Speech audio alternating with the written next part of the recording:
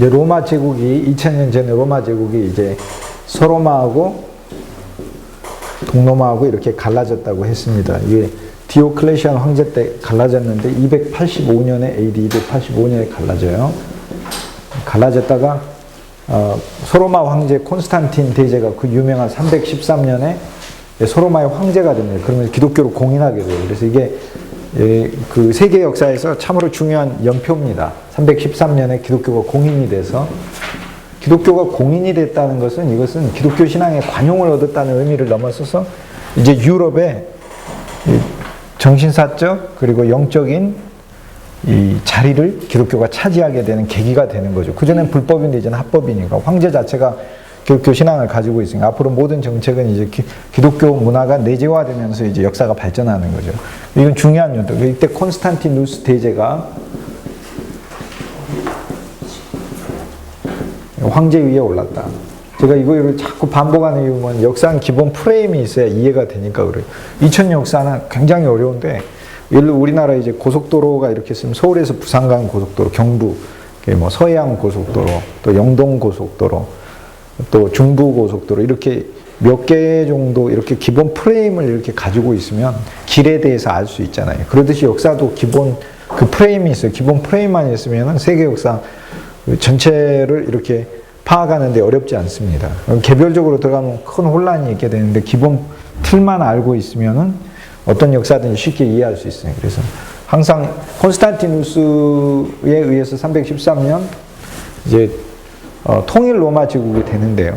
통일 로마 제국 됐다가 죽고 나서 다시 소로마 동로마로 자연스럽게 나뉩니다.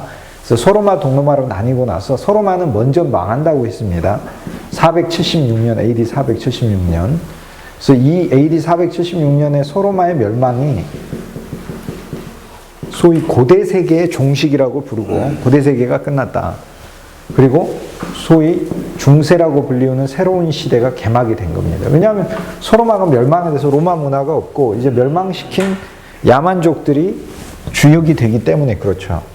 그래서 소로마 멸망은 이제 참으로 중요한 사건이다 하는 거죠. 소로마를 멸망시킨 이 야만족들 중에서 이제 프랑크족을 기억을 해야 된다 제가 말씀드렸어요. 왜냐하면 프랑크족이 전체 프랑크 왕국으로 이렇게 크게 세우면서 소로마의 중심 주역이 되기 때문에 그래요. 그래서 프랑크 왕국, 그 다음에 이제 앵글족이 영국을 차지하면서 그 전에 있던 브리튼족을 몰아낸다고 그랬습니다. 그래서 앵글의 땅에, 즉 앵글랜드가 이제 들어서게 됐다.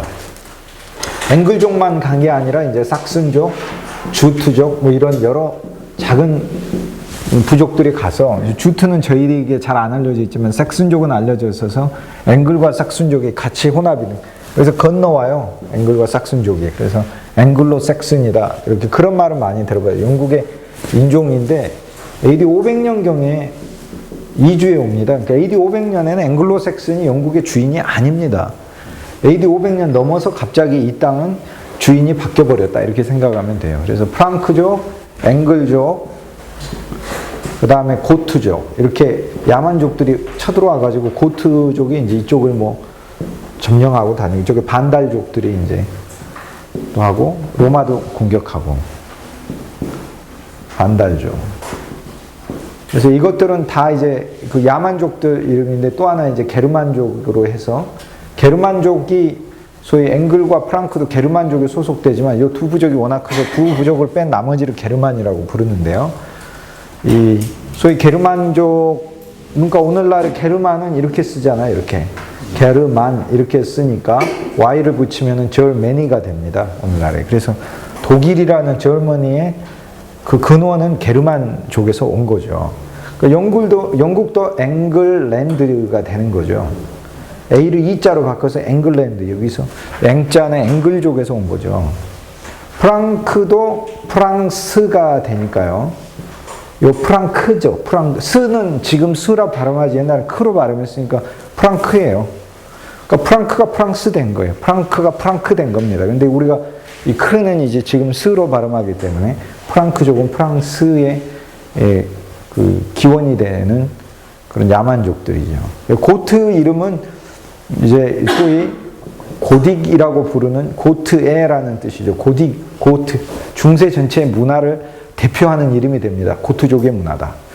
그러니까 프랑크족이 있어도 프랑크족 문화 보고 고트족 문화다 이렇게 부를 정도로 이제 고트는 중세의 그 야만적이고 후진적인 문화를 대변하는 대표 상징적 이름으로 사용하고 반달족은 중세의 잔인성을 이야기하는 단어가 됩니다. 그래서 이건 야만족들이 차지해가지고 하는데 다른 야만족은 이제 다 잊어먹으셔도 되지만 프랑크족은 기억해요. 왜냐하면 프랑크족이 크게 영토를 넓혀서 나중에 프랑크족의 이제 세종대왕이라고 할 수 있는 샤를마뉴가 중세 역사에 이제 큰 왕이 되죠. 위대한 왕이 되죠. 샤를마뉴의 이제 할아버지가 왕조를 바꿔버리죠. 이성계가 왕시에서 이시로 가는 것처럼 샤를마뉴 할아버지가 샤를 마르텔이 자기 아들을 왕위에 올리면서 이제 샤를은 이제 프랑스식 발음이고 독일에서는 이거 카를이라고 부릅니다. 카를 대제. 예, 카를이라고 부릅니다. 카롤 또는 라틴어로는 카를, 독일어는 카를, 프랑스 말로는 샤를 이렇게 합니다. 영어로 하면은요, 이것도 이름 되게 어렵습니다. 샤를만 찰스가 되는데 마뉴가 들어가니까 이렇게 되거든요. 샬레메인이라고 합니다. 샬레메인 이름이 샬레메인이에요. 영어로 이름은 샬레메인 이렇게 부릅니다. 그러니까 이제 처음에 샬레메인 그 누구를 이야기하는지 몰랐어요. 샬레메인이라고. 30년 전, 20몇 년 전 역사 시간에 강의에서 이름들을 이제 국가별로 다 자기 바람대로 해서 불러버리는 거죠.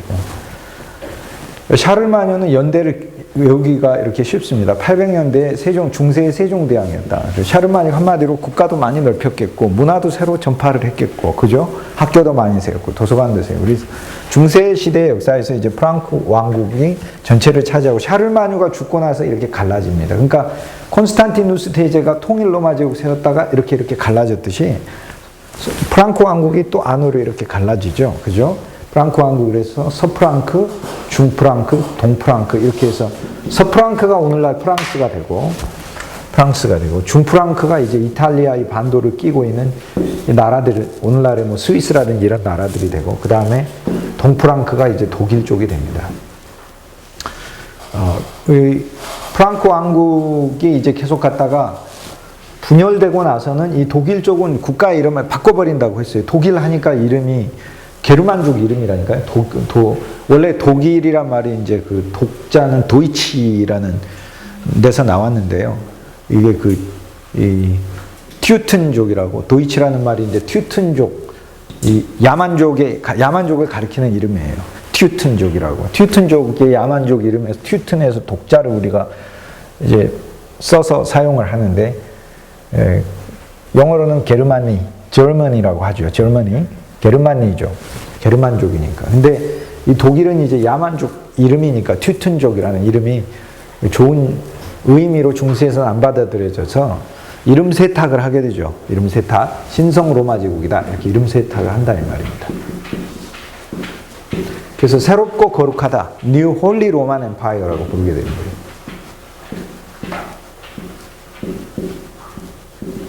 홀리 로만 엠파이어.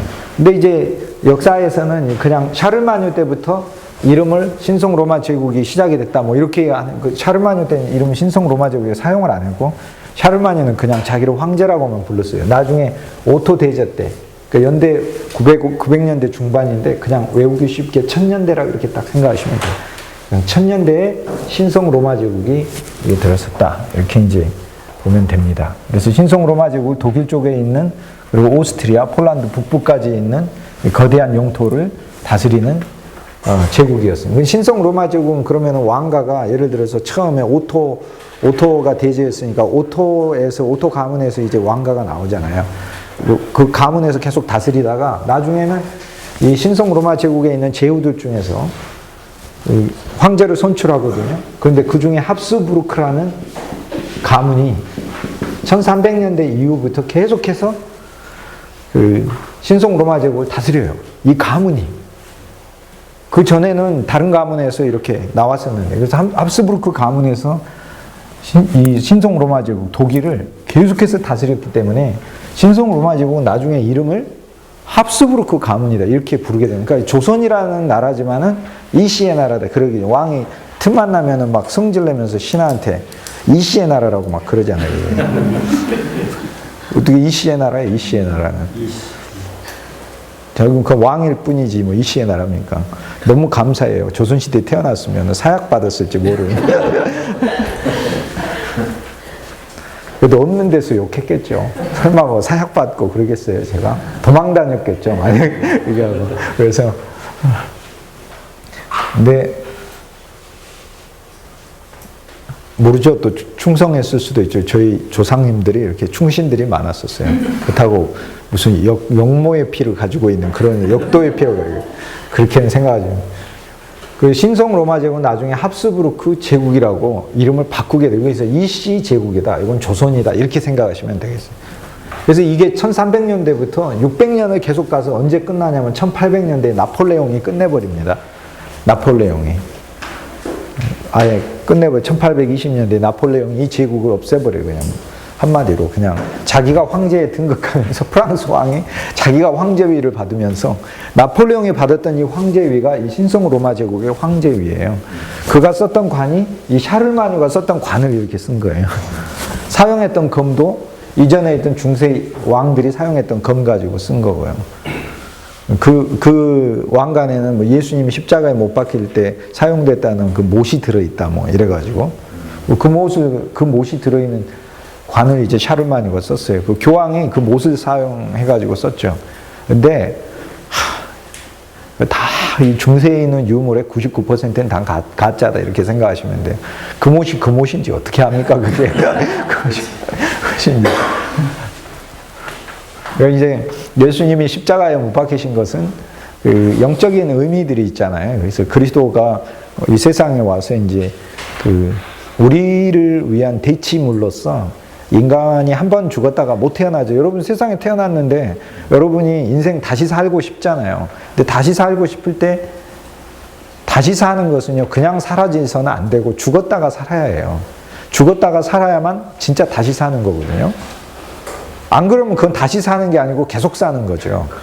그렇죠. 계속 사는 거죠. 그러니까 죽었다 살아나는 사건이 한 번 있어야 돼요. 근데 그때 죽었다 살아나는 거를 내가 그러니까 내가 진짜 죽어버리면 다시 사는 게 아니고 그냥 나 죽어버리는 거죠. 그러니까 뛰어내려버리면 나 죽어버리는. 그래서 너무 힘든 일이 닥쳐서 내가 뛰어내려버리고 싶어, 건물에서. 근데 이런 데서는 뛰어내려봐야 어설프게 다치기만 하지 죽질 않아요. 그래서 괜히 YMCA만 어렵게 만들어요. 그러니까 너무나 곤고하고 힘든 일이 있을 때는 그냥 목매달아 죽고 싶고 막 뛰어내리고 싶고 사람들이 그러잖아요. 인간 마음은 우주적으로 다 약해요. 강한 사람 한 사람도 없어요. 한 명도 없어요. 진짜로 없어요. 한 사람. 예수님 빼놓고는 아무도 없죠. 강한 사람. 그러니까 마음이 약해지면 그냥 죽고 싶은 거예요. 그런데 우리 속에는 본능적으로 내가 살아왔던 삶을 한번 다시 살고 싶은 생각이 있어요. 다시 살면 난 죽어야 다시 살 거 아니에요. 그러니까 내가 죽어버리면 진짜 이게 안 되잖아요. 그래서 예수님이 죽은 걸 내 죽음으로 받아들이는 거예요. 나 대신 예수님이 죽은 거다. 죽으면서 내 과거에 있던 모든 죄도 예수님이 다 지신 거다. 그렇게 그 그리스도의 십자가는 어떤 영적인 나의 재탄생이거든요. 정신적인 나의. 근데 그 십자가에서 예수님이 이제 이룬 사건에 주목을 하지 않고 무슨 뭐 가시관 쓴 그 가시를 수집을 하고 못을 수집하고, 그러니까 그 원래 의미에서 완전히 벗어나서 종교적 비즈니스로 흘러가 버린 거예요. 그러니까 본래 본 뜻은 없어지고 그런 거 수집하러 다니는 것이 이것이 그 소위 신앙이다 이렇게 이제 왜곡이 됐습니다. 제가 저희 학교에 대학원생 한 명이 여기 산티아고 길이라고 있어요. 이렇게 걸어가면 여기 산티아고 콤포스텔라라는 도시가 있어요. 산트 이아고가 이제 성자 야고보고 콤포스텔라라는 말이 사도란데 사도 야고보의 도시죠. 스페인은 사도 야고보가 와서 처음 복음 전했다고 하니까 영국은 아리마대 요셉이고 뭐 이렇게 다 각자의 이제 사도적인 예수님 사도가 와서 복음 전했다는데 그 산티아고 길이라는 게 유명해요. 그래서 여기서부터 걸어가지고 뭐 200km 이상을 걸어가는 길인데요. 프랑스에서부터 시작해서 사람들 함께 출발하면서 이걸 순례길이라고 부르거든요. 순례. 그 필그림이라고 하잖아요. 순례라는 말은 필그림이잖아요. 필그림. 그러니까 이제 우리가 순례를 한다 그거는 이제 여기 있는 좋은 교회당, 여기 있는 좋은 교회당, 여기 있는 좋은 교회당 이런 것들을 밟아가면서 이제 뭐 거기서 이제 그 교회당과 연루된 거 보기도 하고 그 교회당과 관련된 성자들의 어떤 공로도 자기가 빌리기도 이런 걸 이제 순례로 생각을 해요. 근데 본래 필그림이라는 그 뜻은 필이 이제 퍼르 땅이니까 전에 제가 말씀드렸듯이 그림이라는 말은 이제 그림이 아게르라는 땅이니까 필은 이제 퍼르거든요. 이렇게 계속 통과한다고. 그러니까 땅에 머물지 않고 통과한다 이게. 그래서 순례자예요. 그러니까 내가 내 삶이라는 것은 이게 이 세상에 나의 어떤 정착지가 아니다. 이 세상에서 나는 그냥 거쳐가는 것이다. 이게 굉장히 중요한 생각이에요. 어떤 사람은 완장 치워주면 완장이 영구 정착지인 줄 알아요. 거쳐가는 것이라는 거 알아야 되는데 거쳐가는 거잖아요, 다. 근데 어떤 사람은 돈을 많이 벌게 되면 자기에게 벌어들인 돈이 영구 정착된 돈으로 생각해요. 절대 안 그래요. 영구 정착된 돈이 아니에요. 돈은 지키려고 해도 지켜질 수만도 없는 거예요, 그게. 그럼 잘 아시잖아요, 너무나. 그게 아니라 우리는 무엇에 이제 고정된 가치를 두지 않고 순례자 이 세상에 나그네의 삶으로 사는 거예요. 이게 본질인데 그 나그네의 삶을 고순례를 하는 게 아니라 이렇게 유명한 교회당 다니는 종교 행위로 바뀌어버렸다 이 말이에요. 이게. 그러니까 이 중세는 그러니까 많은 면에서 이제 그렇게 갔어요. 그래서 제가 그 애 보고 그 설명하면서 이런 이야기 나누면서 야 네가 말이야 젊은 애가 이렇게 눈에 보이는 세상의 어떤 그런 가시적인 이런 것들을 막 메어가지고 사는 것이 아니라 꿈과 이상 그리고 도전을 하는 보이지 않는 것을 네가 담고 그렇게 사는 것이 순례의 삶인 거지. 그러나 가기는 잘했다 했어요. 왜냐하면 넓은 세계를 봐야 되고 다녀봐야 되고 하니까 저도 다 가봤죠. 근데 봐야 되니까 그래서 그건 잘했다. 잘 가봤다 그랬죠. 그러나 그걸 네가 순례했다고 생각하지 말아라 했죠. 너의 순례는 이제부터 시작이다 이렇게 된 거예요. 넌 순례를 한 게 아니고 여행 잘 다녀온 것이다. 내가 그렇게 얘기해요. 그러니까 많은 사람들이 순례와 여행에 대해서 이제 혼동을 합니다. 그래서 이제 우리가 독일 쪽에서는 이제 합스부르크 왕가가 이제 계속 간다. 그러면서 이제 이 소설 속에서 내적으로 여러 가지 동인이 이제 나오게 되죠. 첫째 이제 이 야만족이 정복하는 과정에서 정치 체제가 무너지니까 교황의 정치적 위상까지 같이 고양이 되는 거죠. 신앙적 지도자가 정치적인 측면. 왜냐하면 중세는 신앙과 삶이 하나 된 사회예요. 하나 된 사회는 자기 전부인 거예요. 그러니까 일면에서는 대단히 참 너무나 종교적인 시대였었어요. 그리고 또 그게 행복한 거예요. 자기 안에 분열이 있으면 행복하지 않아요. 실은 자기 안에 분열이 없어야 행복한 거예요. 그러니까 자기가 좋아하는 것과 잘하는 것과 하고 싶은 거 이 세 개가 맞아야 사람은 행복하지. 좋아하는 것, 잘하는 거, 하고 싶은 거 세 개가 각각 따로면 진짜 괴로워요. 자기가 좋아하는 거 따로인데 반드시 해야 하는 일은 이 일이라 이 말이에요. 근데 자기가 좋아하는 것은 이건데 정말 잘하는 일은 다른 것이라 이 말이에요. 이 세 개가 틀어지게 되면 분열이 일어나게 되는 거예요. 분열이. 그래서 행복한 사람은 세 개가 맞는 게 진짜 행복이에요. 자기가 반드시 해야 되는 일을 자기가 좋아할 뿐 아니라 자기가 그 일은 가장 잘하는 일이 돼야 되는 거죠. 근데 이것도 단순히 될 수가 없어요. 이것도 그러니까 이런 것들을 맞춰가려면 또 태어나야 돼요. 새로 태어나는 수밖에 없다. 새로 태어나야 되는 거예요. 결혼할 때도 새로 태어나서 결혼해야 돼요. 옛날 거 가지고 그대로 결혼하면 쌈박질밖에 안 해요. 진짜입니다. 왜냐하면 살아온 문화 속에서 우리 집안은 이랬는데 니네 집안은 뭐냐 이런 식으로 얘기해요. 그 집안이나 그 집안이나 다 그 집안이 그 집안이 똑같죠. 새삼스럽게 이 집안 저 집안이 뭐가 있어요. 다 똑같죠. 사람이 다 자기가 가진 단점을 못 보고 남에 있는 그 조그만 티들을 더 확장해가지고 크게 보는 거죠. 그렇죠. 그게 그거예요. 아내가 조금만 잘못한 거를 이제 남편은 너무 과도하게 질책하는 경우도 많고, 남편도 역시 마찬가지고, 아내에 의해서 어마어마하게 학대받고 살고 있고, 사랑받기보다는 학대받고 있고, 근데 여자는 착각하고 있어. 사랑해준다고 착각하고 있어. 학대하고 사랑을 구별을 못하는 거예요. 괴롭힘. 밖에서도 잔소리, 직장에서도 진짜 많이 들어요. 근데 집에서는 더 들어야 되는 이 비참한 현실을. 제 얘기 하는 거 아니에요. 제 얘기 하는 거 아니에요. 그래서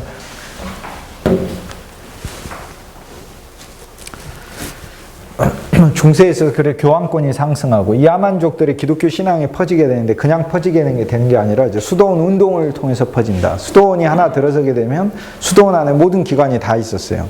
수도원 안에 요양시설도, 병원이 있죠, 학교 있죠, 심지어는 대학 기능하는 대학까지도 수도원 안에 있죠, 도서관이 있죠, 나그네들의 쉼터이죠. 여인들이 병 들었을 때 머물고 그곳에서 죽는 곳이. 그러니까 이 수도원에서 오늘날 쉽게 얘기하면 거기서 사회복지 떨어져 나가고, 구루범 떨어져 나가고, 제가 요양센터 떨어져 나가고, 다 노인 요양시설 떨어져 나가고, 도서관 떨어져 나가고, 대학도 떨어져 나가고, 초등학교 떨어져 나가고, 이렇게 떨어져 나간 거예요. 실은 현재 이 전체가 하나 수도원 안에 가득 있어요. 그 수천 개의 수도원이 세워졌었으니까. 근데 가장 먼저 세워진 수도원은 성자 베네딕트 수도원이다. 그러니까 중세 때는 이제 베네딕트 수도원이 유명하죠. 우리말로는 분도라고 하면 분도 성인이다 이렇게 불러. 가톨릭에서는 분도 성인의 수도원이다 이렇게 얘기합니다. 그래서 중세에 있어서는 교황제, 수도원, 이것이 굉장히 중요한 동인이 됐었어요. 그 중세 문화를 발전시키고 성장. 그리고 야만족들이 이제 교화가 되는 거죠. 근데 이제 중세에 있어서 나중에 교황이 큰 땅을 차지하게 되니까 결국에는 이제 돈도 갖게 되고 명예도 갖고 권력도 지위도 다 갖게 되면 성직자로서 합당한 것이 아니에요.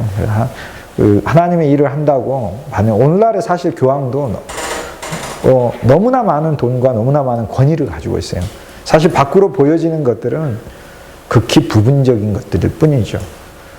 그러니까 사실 왕국을 가지고 있거든요, 그게.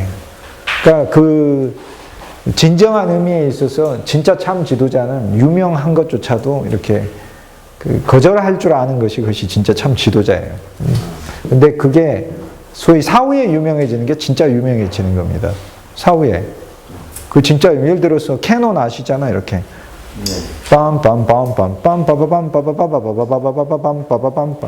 파울벨 살아있었을 때 캐논 별로 안 유명해요. 죽고 나서 250년 지나서야 세계에서 제일 유명한 곡이 됐어요.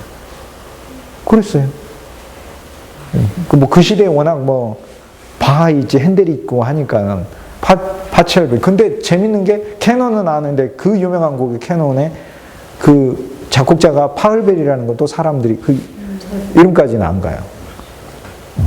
근데 그게 진정한 의미의 참 유명한 것이다. 진짜 유명한 거예요.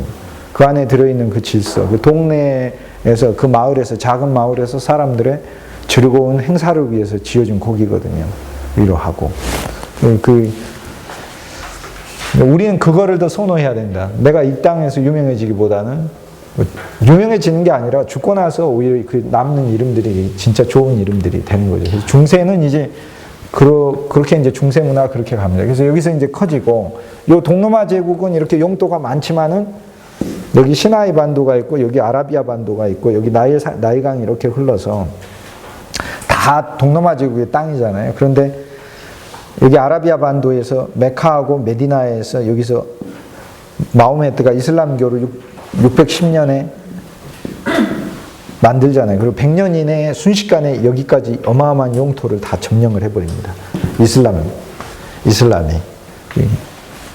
그래서 이슬람 내부에서, 이슬람은 이제 신앙, 종교의 이름이고, 이슬람 내부에서 왕조가 이제 나오죠. 우리가 이제 한반도에서 통일신라, 고려 이렇게 나오죠. 그래서 지난번 말씀드렸던 um마야드 왕조. um마야드 뭔데? 이 아라비아 반도에서 원래 마호메드하고 인척관계에 있던 사람들, 아랍족들, 아랍 사람들이 이슬람 전체의 지도자가 됩니다. 이제 이 움마야드가 끝나고 나면 그다음 아바스 왕조래요. 아바스는 페르시아 사람들이에요. 여기 있는 사람들이 전체를 지배해요. 그럼 움마야드는 완전히 다 살육당합니다. 아랍족들이 2등 클래스가 되고, 그다음 아바스 다음에는 이제 투르크가 와가지고 이쪽 지역을 장악합니다. 그다음에 이집트가 한때 장악합니다. 이집트가 맘룩 왕조라고 해서 크게 한번 장악합니다. 그 다음에 오스만 투르크가 왔는데 족장 이름이죠. 셀주크나 오스만이라. 오스만은 오트만이란 말하고 같아요. 오트만 또는 오토만, 오스만 같은 말이에요. 그래서 오스만 제국이나 오토만 제국이나 같은 말입니다. 왜냐하면 스는 원래 스가 아니고 발음이 뜨였어요. 이게 뭐하고 같냐면 요거하고 똑같아요. THRE. 쓰리. 이거는 쓰립니까? 뜰입니까? 아니면은 틀입니까? 정확히 이야기하면은 이 발음이에요. 아니,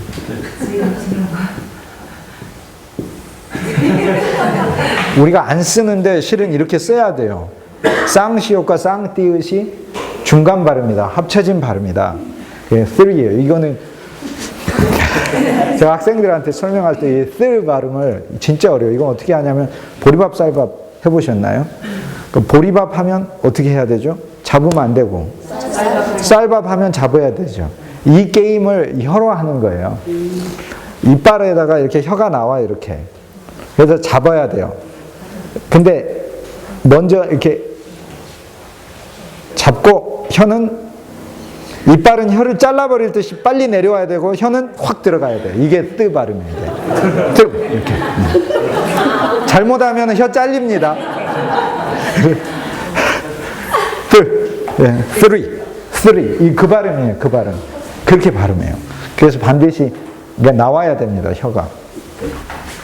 three. 어려워요. 이거는 100번 해야 돼요. 발음이. 왜냐하면 나면서부터 그 어린아이들이 그 놀라운 그 청각으로 이걸 해내는 발음이기 때문에 어른들 잘 안 돼요. 그래서 해야 돼요. 이건 쓰린지, 뜰인지, 틀인지. 그러나 굳이 쓰자면은 쌍시옷과 쌍띠옷을 같이 해서 이게 쓴다. 그러니까 오스만이거든요. 그러니까 오토만. 그러니까 오토만 제국이다 이렇게 부릅니다. 오토만, 그 투르크니까 오토만 투르크 제국이다 이렇게 부릅니다. 그래서 그 다음에 오스만 제국이 신성 로마 제국과 마찬가지로 600년 동안 1300년대 이후부터 이 지역을 전체를 장악해서 마침내 여기 상륙해서 여기 발칸반도 전체를 다 장악하고 그리고는 여기 콘스탄티노플까지 멸망시킨다. 그래서 멸망한 때가 1453년이니까 이 동로마 제국은 서로마가 멸망하면 동로마라고 안 부르고 비잔틴 제국이라고 부른다고 했습니다. 그래서 비잔틴 제국의 문화다 그러면 원래 여기에 위치했던 제국의 문화다. 여기는 건축 양식이 이쪽하고도 완전히 다르죠. 야만족이 와서 세운 프랑코 왕국의 문화하고는 다른 거죠. 그래서 이쪽과 이쪽은 다른 거죠. 그래서 비잔틴 문화. 근데 비잔틴 문화도 로마 문화인데 로마네스크라고 부르는 로마의 문화는 사실 서로마를 가리키는 말로 요즘은 그렇게 구분해 써버려요. 그래서 비잔틴 문화는 동로마 제국의 문화다. 그래서 이 비잔틴의 그러나 한때 한 로마였었기 때문에 여전히 서유럽에 있어서는 비잔틴의 문화가 영향을 끼치면서 계속 남아 있는 거죠. 계속 남아 있습니다. 남다가 이제 이게 뭐 예술이라든지 이런 부분에 있어서도 나중에 큰 이제 그 변혁이 오는 거죠. 그래서 그런 거에 변혁이 오는 때를 르네상스라고 부릅니다. 여기서 르네상스, 새로운 이제 문화적인 것조차도 같이 섞여 있다가 완전히 갈라지게 되는 게 1300년대에 르네상스, 소위 예술 양식이 등장하게 되는 거죠. 그러면서 이제 비잔틴과 완전 결별하게 됩니다. 이쪽은 동로마적인 문화와 결별하게 됩니다. 그 비잔틴 제국의 문화는 1000년간 여기가 지속이 됐어요. 그래서 이 문화는 본래 로마 제국의 문화였고, 본래 로마 제국 문화였어요. 그리고 본래 기독교 문화의 또 뿌리였었어요. 그런데 여기 야만족을 중심으로 해서 새로운 기독교가 또 나오잖아요. 근데 야만족들이 복잡하고 막 이런 거 좋아할 수가 없잖아요. 그래서 단순하고 그 어떤 집약적이고 실용적인 그런 기독교가 여기서 탄생합니다. 그러니까 예를 들어서 여기 교회하고 여기 교회하고 이제 점점 달라져요. 사람도 달라니까 말도 달라져요. 여기 라틴어 쓰고 여기는 원래 헬라어를 또 쓰게 되고요. 그래서 비잔틴 제국은 나중에 이슬람 제국에 1453년 멸망 당하기 전까지 비잔틴 문화는 계속 가는데 그냥 크게 차이점을 보이고 교회조차도 나중에 1453년에 중세에서는 교회가 중요하다고 했어요. 교회는 전체 기관이에요. 모든 기관이에요. 여러분 왕도요 함부로 결혼 절대 못해요. 대주교나 교황의 허락이 있어야만 결혼해요. 딱 제출을 해놓고 누구랑 결혼하겠다. 어떤 공주랑 결혼한다. 어떤 사람 귀족의 딸이랑 결혼한다. 교황이 허락해줘야 결혼해요. 중세 천년이 그랬어요. 그러니까 이제 그게 이제 신앙적인 면에서 권한이 제한됐을 때는 신앙적인 부분으로만 교황의 권한이 제한됐을 때는 국왕의 권한이 더 센 거고 교황이 그런 것까지 완전히 정치적으로 이용하는 정도가 되면은 교황의 권한이 이 국왕의 권한보다 훨씬 더 커진 거고 이렇게 되는 거죠. 그래서 이 동로마 제국의 문화는 소로마 제국과 완전히 달라지게 됩니다. 소로마 제국은 비록 조금 더 실용적이다. 동로마 제국은 변하지 않는 계속 고정적인 그런 패턴을 가요. 그래서 소로마는 예를 들어 중세는 그래서 교회가 중요해요. 왜냐하면 중세 천년은 르네상스 오면서부터 인간에 대한 어떤 해방과 관심을 갖게 돼요. 종교교육이 오면서부터 자유를 줬어요. 신앙적이지만 개인에게 자유와 기쁨을 줬어요. 그러니까 중세는 획일적인 시대고 종교교육은 다양성의 시대예요. 중세는 로만 캐톨릭 하나의 교회로서 내려오고 종교교육은 당신이 원한다면 당신의 신앙의 흐름대로 갈 수 있다고 믿었어요. 종교교육은. 우리는 다양성에 대해서 서로 일치된 견해를 가지고 있다. 그렇게 얘기를 해서 우린 다양함에 대해 일치한다. 다양함에 대해 일치한 견해를 가지고 있다. 그러니까 하나로 아예 일치하는 게 아니라 이게 종교개혁 되면서부터는 그러니까 문화가 이쪽은 아주 계속해서 다변적이 되지만은 비잔틴 제국은 문화가 고정된 문화를 가지고 있다. 서유럽에 있어서는 이제 교황권이 상승을 하게 되니까 이제 1077년에 카노사라는 곳에 가가지고 교황이 머물고 있는데 이쪽 독일 쪽의 신성 로마 제국 황제 하이니 4세가 건방지게 교황한테 대들다가 교황이 파문장을 내리니까는 교황을 한번 맞서보자고 했죠. 그런데 당시에 교황이 그레고리 7세라고 굉장히 도덕적이고 인정받는 교황이었어요. 그래서 결국에는 이 하이니 4세가 그레고리 7세에게 카노사에 가서 무릎을 꿇습니다. 그래서 이 사건을 이제 카노사의 굴욕이라 이렇게 불러요. 그런데 카노사의 굴욕, 황제가 가서 무릎을 꿇었기 때문에 굴욕이다 이렇게 부르는데 그 표현도 상당히 여러 면에 있어서 맞지 않아요. 왜냐하면 황제가 교황에게 무릎을 꿇었다고 굴욕이라고 할 수는 없는 거예요. 그러니까 그리고 이것은 그 역사적 의미를 잘 얘기 못하는 표현입니다. 우리가 카노사의 굴욕, 카노사에 가서 카노사가 고성이거든요. 알프스에 있는 고성, 아주 성이에요. 오래된 성이 마틸다라는 그 여자 귀부인의 성인데 교황께서 여기 가 계셨었어요. 혼자 사시는 분이신데. 그래서 이상한 거 상상하시면 안 돼요. 그레고리 7세는 그런 분이 아니십니다. 거기에 이제 하인리 4세가 군대를 이끌고 오지 않고 자기 혼자 부인하고 아기 데리고 와서 그것도 갓 태어난 지 얼마 안 된 아기 데리고 와서 추운 눈발 날리는데 밖에서 사흘 동안 벌벌 떨면서 자기도 사면해달라. 파문 내려놨는데 사면해달라. 그 파문장 마음대로 할 수 없었던 게 하이니 4세가 얼마나 건방졌던지 파문장이 딱 내리니까 사람들이 합법적으로 교황의 영적 권위에 기대가지고 하이니 4세에 다 대적하기 시작을 했어요. 그러면 측근들조차도 신앙과 어떤 삶 자체가 하나 된 사회니까 교황이 하이니 4세 황제를 파문해놨으니 그 밑에 있는 신하들도 하이니 4세 마귀다. 그러니까 마귀를 도울 수는 없잖아요. 그러니까 밑에 있는 부하들조차도 적극적으로 황제 편에 설 수 없게 잘 고립무원이 돼서 그래서 영적으로 먼저 사면을 받아야 자기가 정치적으로 복권이 된다. 이렇게 생각하고 와서 막 싹싹싹싹 빌었죠. 빌어서 사흘 만에 교황이 용서를 해줬어요. 용서를 해주는데 다시 돌아가가지고는 군대 이끌고 와가지고 다 이제 회복이 되니까 그레고리 7세를 죽이로 하죠. 근데 이 사건을 카노사의 굴욕이라고 불러요. 왜냐하면 황제의 권한이 1077년에 교황권이 예를 들어 476년 서로마가 멸망당하고 나서 지금 약 600년 흐른 거잖아요. 600년 만에 처음으로 황제가 교황에게 무릎을 꿇었으니까 사실 교황이 1000년 동안 왕 노릇한 시대가 아니라니까요. 중세는 절대 이때부터 교황권이 황제의 권한 위에 서기 시작했다. 그러니까 이것은 카노사의 굴욕이 아니라 교황권 상승의 사건인 거죠. 카노사의 상승 사건인 거죠. 황제가 굴욕을 당한 사건이 아니고 교황권이 드디어 600년 만에 황제의 권좌 위에 넘어서게 돼서 앞으로 200년 동안 교황의 시대, 울트라 슈퍼 초강력 절정의 파워를 행사하게 됩니다. 그래서 1000년대부터 1002대로부터 200년이 흘러갈 때까지, 그러니까 약 1300년에 가까울 때까지 교황권은 역사에 있어서 이처럼 엄청난 권력을 행사한 적이 없을 정도로 강해집니다. 그러니까 카노사 굴욕 사건이 아니고 교황권 상승의 사건인 거죠. 의미를 정확하게 붙이자면 그런 거죠. 근데 그리고 또 황제가 이제 굴욕을 당했다 그러는데, 근데 영적인 면에서는 교황이 황제한테 관을 씌워주기 때문에 황제가 무릎을 꿇는 것은 관 받을 때도 무릎을 꿇거든요. 황제가 관 받을 때 무릎 안 꿇는 황제가 유일하게 나폴레옹이에요, 나폴레옹. 무릎 안 꿇었어요. 그래서 나폴레옹이 자기가 신성 로마제 1800년대 황제가 신성 로마제 황제 그거 될 때 그 유명한 그림 나오죠. 교황한테서. 교황은 무릎을 꿇을 줄 알았는데 딱 서갖고 교황 손에서 받아갖고 자기가 써버렸잖아요. 샤르마니 왕관 딱 썼잖아요. 아주 교만한 인간이에요, 그거. 자세히 알려고 하지 마세요. 그 여행은 별로 안 돼. 친하게 지내지 마세요.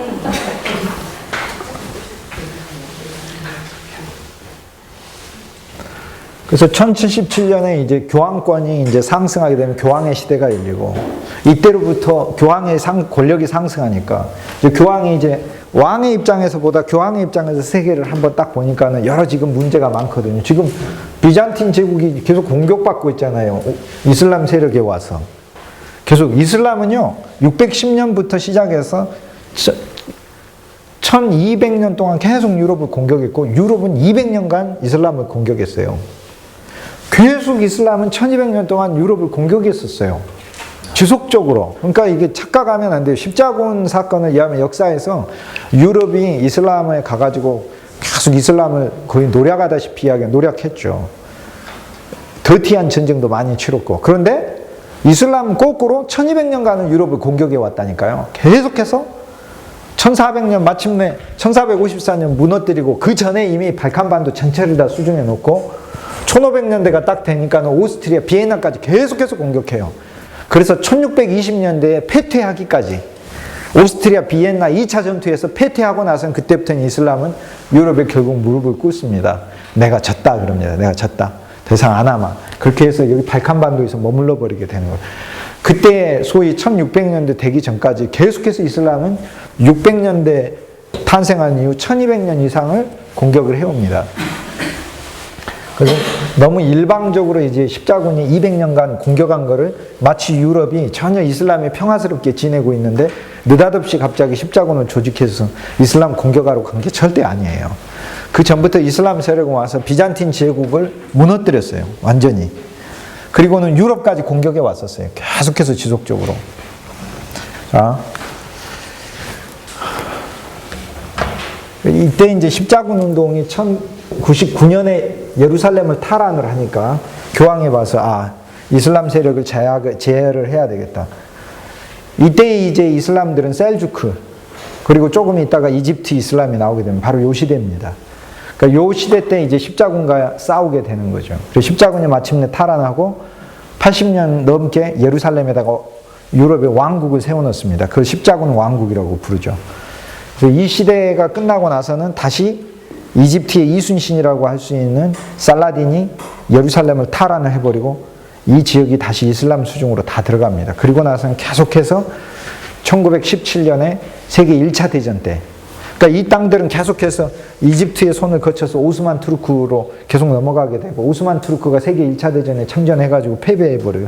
영국한테 패배하면서 영국이 예루살렘을 갖게 되죠, 다시.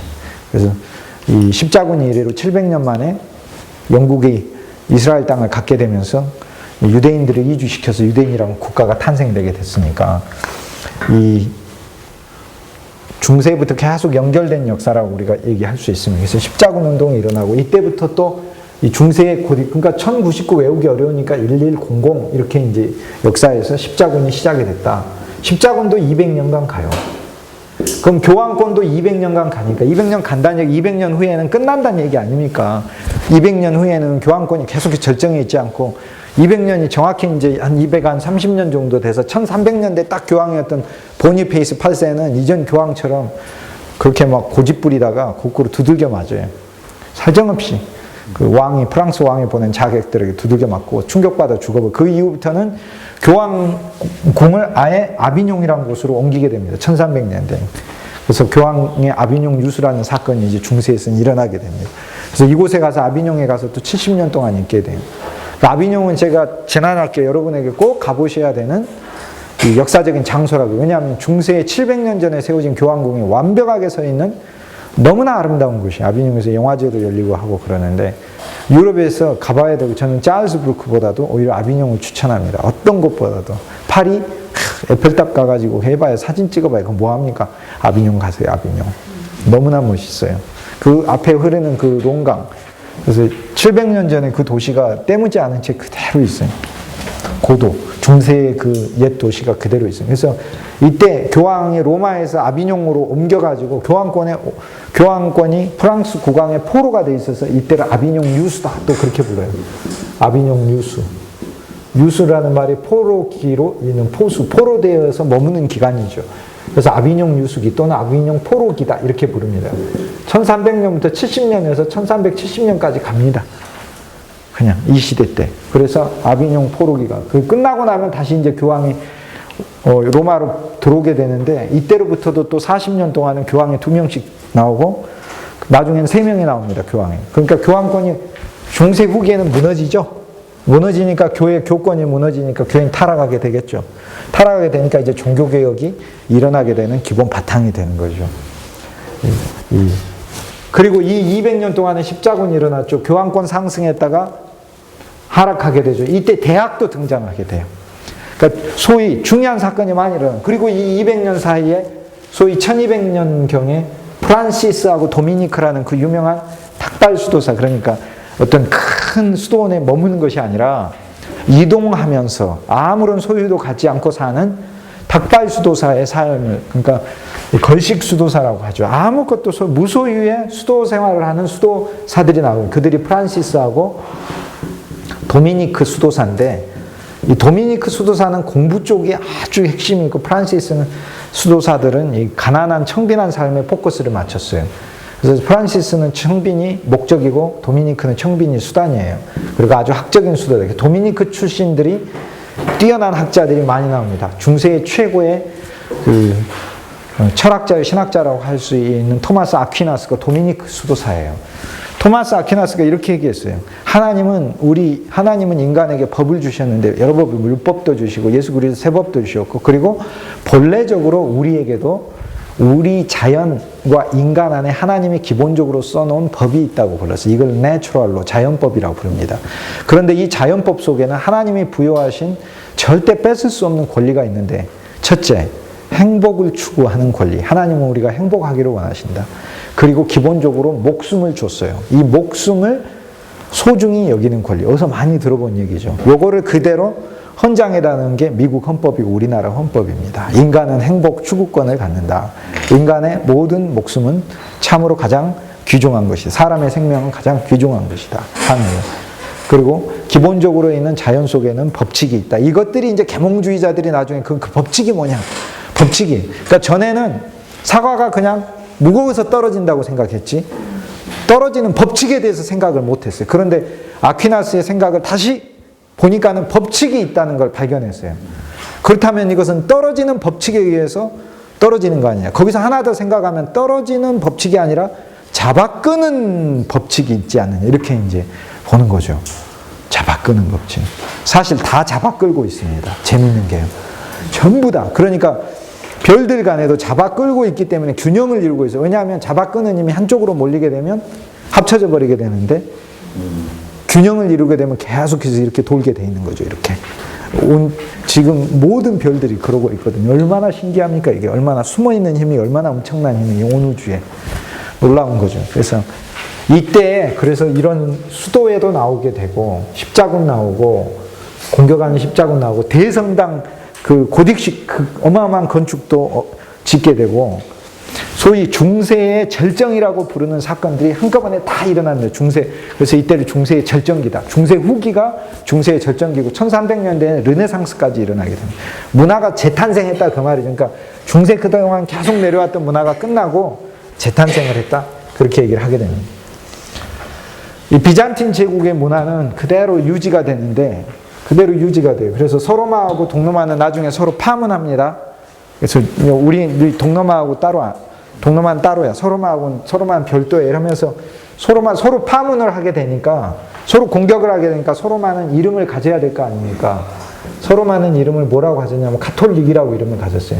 가톨릭이라는 말이 유니버설이라는 말이거든요. 영어로 하면은 유니버설, 표준이란 뜻이에요. 가톨릭이란 말의 뜻은 표준이란 뜻이에요. 그러니까 로마 가톨릭이란 말은 뭐냐면 우리가 표준이다 이 말이에요. 로마 교회가 표준이다. 표준이니까 뭐라는 뜻이에요? 다 맞춰라 이 말이고, 동방 지역은 교회를 자기들이 뭐라 부르냐면 오소독스라고 불렀어요. 정통이다. 그래서 동방은 동방 정통교회라고 부르는데, 우리나라의 동방 정통교회가 들어올 때 러시아에서 이제 교회를 처음 세웠는데 100년 전에 고종임금 시대 때 들어왔어요. 우리가 정통이란 말에 통자를 써주기 싫으니까 통자를 빼버렸어요. 그래서 동방 정교회라고 해요.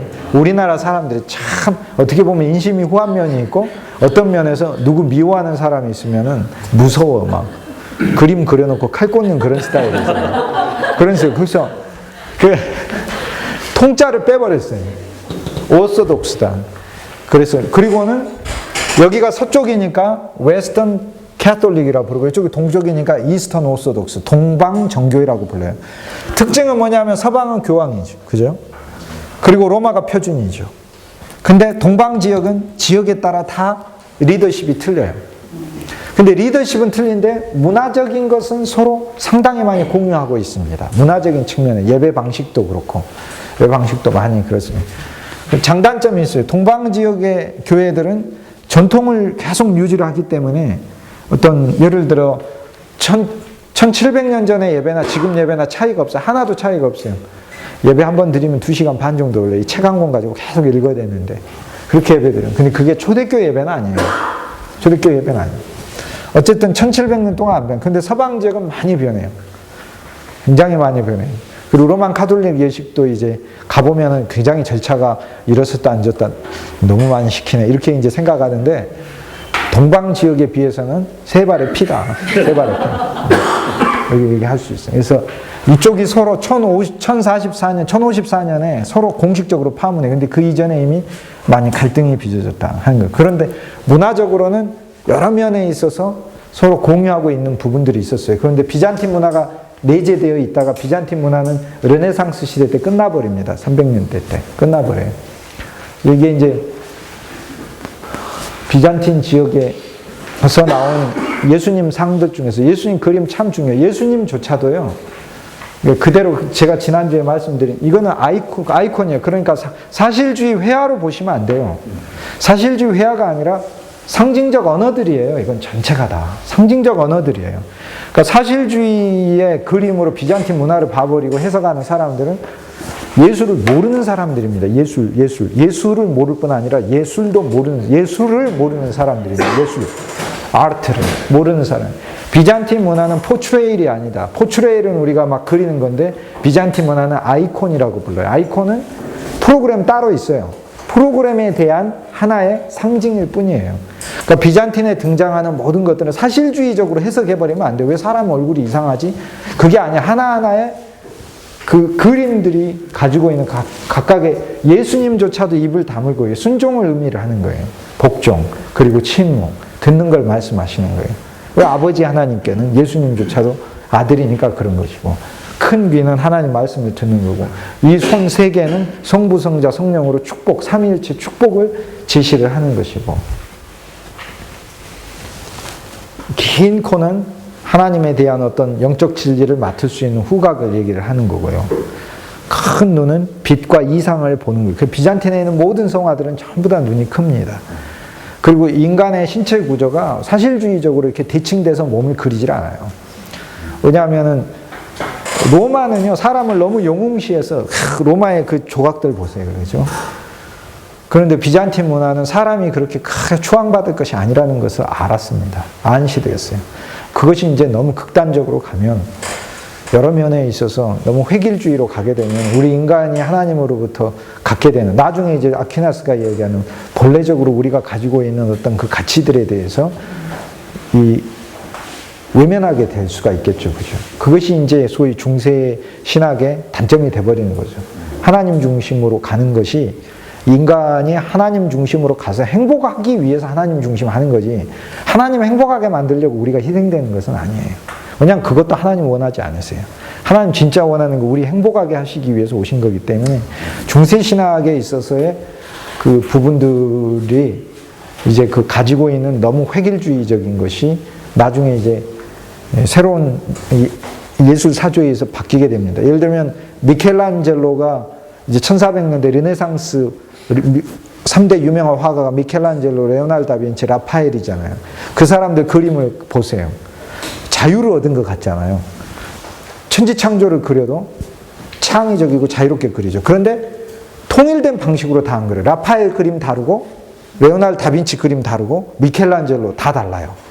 각자의 자기 방식대로 그리는 거죠. 방식이란 말이 영어로 하면 매너라는 뜻이에요. 매너, 방식.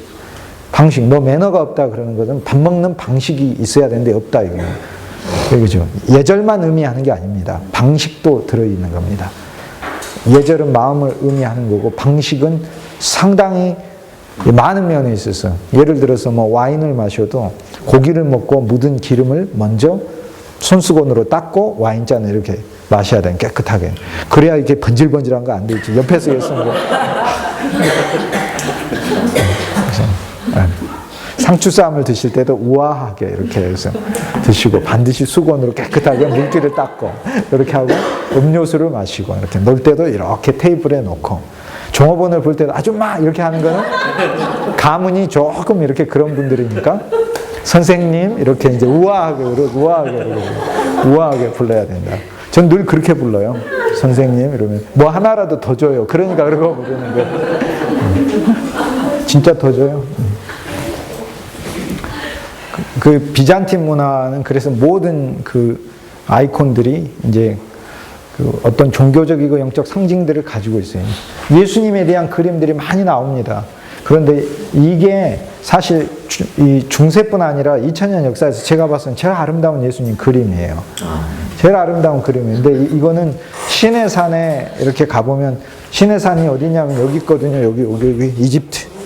시나이 반도 여기에 시내산이 있어요. 여기에. 지금 못 갑니다. 왜냐면 이집트 여행 정정 때문에 불안한 곳으로 분류돼가지고 못 가요. 그런데 여기에 있는 성 캐터린 수도원이라는 곳에서 소장하고 있는 1500년 된 성화예요. 1500년 된 성화예요. 가장 아름다운 예수님 그림이. 중세 때 제일 유행했던 그 방식들은 모달리온이라고 부르는 예수님의 얼굴이었어요. 이 예수님이 이제 그 전승에 의하자면 수건에다가 얼굴 한번 찍으셨다고 하죠. 가다가 쓰러져서 이제 넘어지니까 베로니카라는 소녀가 예수님 십자가 지실 때 이렇게 줬잖아요. 수건을, 피를 닦으시라고. 했더니 거기에 예수님 얼굴이 찍혔다. 이렇게 해서 이렇게 예수님의 수건에 찍힌 얼굴들을 그리는 것이 중세에 있어서는 너무나 큰 유행이에요. 오늘날의 스마트폰 막 새로 나오면 줄 서가지고 살려고 하는 것처럼 모달리온 새로 이것이 진짜다면 진짜가고, 야 그거 가짜였대 실은. 그 모달리온이란 말이지 그 형상이란 뜻이거든요. 그리고 베로니카라는 말 자체가, 이카가 아이콘이란 뜻이에요. 베라라는 말이 참이란 뜻이라 참 예수님 모습이다 그런 거예요. 그냥. 그러니까 이제 그런 것만 추구해가지고 계속 누가 그리면 그거 소유하고 그래요. 그러니까 예를 들어서 예수님의 얼굴과 예수님 형상과 예수님 마음을 우리가 갖는 게 예수님 얼굴을 갖는다는 건 내 얼굴이 예수님 얼굴 같아야지 사자 같고 뭐 성난 이리 같고 이러면 안 된다는 걸 얘기를 하는 거지, 예수님 얼굴이 어떻게 생겼냐 그걸 갖는 데 관심으로 이렇게 다 바뀌어버렸다 이 말이에요. 그러니까 예수님 얼굴을 가져라 그러니까 예. 예수님 얼굴을 가질 생각은 안 하고 예수님 얼굴이 어딨냐 찾으러 다니는 거예요. 실은요, 사실 성경님 예수 이름으로 기도하라고 그러는 것도 맨 끝에다가 예수 이름 넣으라는 말이 아니고 그 기도의 전체의 내용과 핵심이 예수 그리스도 이름이어야 된다는 걸 말하는 거예요. 근데 그 끝에다가 붙여버리니까 그러니까 그건 꼭 중세만이 아니에요. 오늘날에도 종교적으로 하는 것은 마찬가지인 거예요. 어떤 실제 안으로는 못 들어가는 것은 마찬가지다. 그렇게 얘기할 수 있습니다. 그때 왜 수도사들은 그렇게 해석을 못했을까요? 너무 좋은 질문이시네요. 아주 참 좋은 질문입니다. 맞습니다. 그렇게 해석을 못했습니다. 그 이유는 진리도 한 번에 다 열리는 게 아니기 때문에 그렇습니다. 한 번에 다 열리지 않아도 주님이 긍휼을 베푸시는, 이건 뭐와 똑같냐면 아이가 처음 태어나자마자 막 엄마 아빠 하면서 간호사세요? 이분이 막 이렇게 얘기 안 하잖아요. 이렇게. 그런데 그렇게 얘기 안 한다고 막 귀싸대기 때리는 부모가 어디 있어요? 없죠. 1년 지나서 겨우 엄마 할 줄 알면 걔는 그 역할을 한 거니까, 우리가 어떤 시대에 있어서 진리가 명료하지 못해도 하나님은 긍휼로 보셨어요. 그냥 받아주시는 거, 그게 있어요. 그런데 진리가 명료하지 못하면 늘 혼란스러운 거예요, 스스로가. 그리고 또 거꾸로 우리보다 더 깊게 본 부분도 있어요. 오늘날 우리가 못 본 부분은, 아까 제가 이거 토마스 아퀴나스의 자연법, 또 어떤 순수함. 아까 30년 전에 그 목소리는 순수했잖아요. 지금 그분 목소리가 순수하지 않다는 얘기는 아닙니다만. 좀 변했죠. 네, 좀 변하셨죠, 그죠? 느끼하게 변했어요. 아, 그러셔요? 지금 다 녹음되고 있는 거 아니에요, 지금? 네, 그래서 그런 면에 있어서 우리보다 더 순수한 그런 면들이 있어요. 그러니까 어떤 구체적인 진리의 측면에 있어서는 지금 아주 많이 더 사실 열려 있는데, 그렇다고 지금 있는 모든 사람들이 그게 열려 있는 거 아니에요. 오히려 중세보다도 더 혼탁한 면도 더 많습니다. 개인이 경작하는 거하고 똑같아요. 우리가 그러니까는 살아도 아무거 문 닫고 다 살아버리면은 그냥 원시인처럼 사는 것이고, 뭔가를 더 알고 배우고 추구하고 살면은 보는 대로 또 보이면서 사는 것이고, 그렇게 되는 거죠.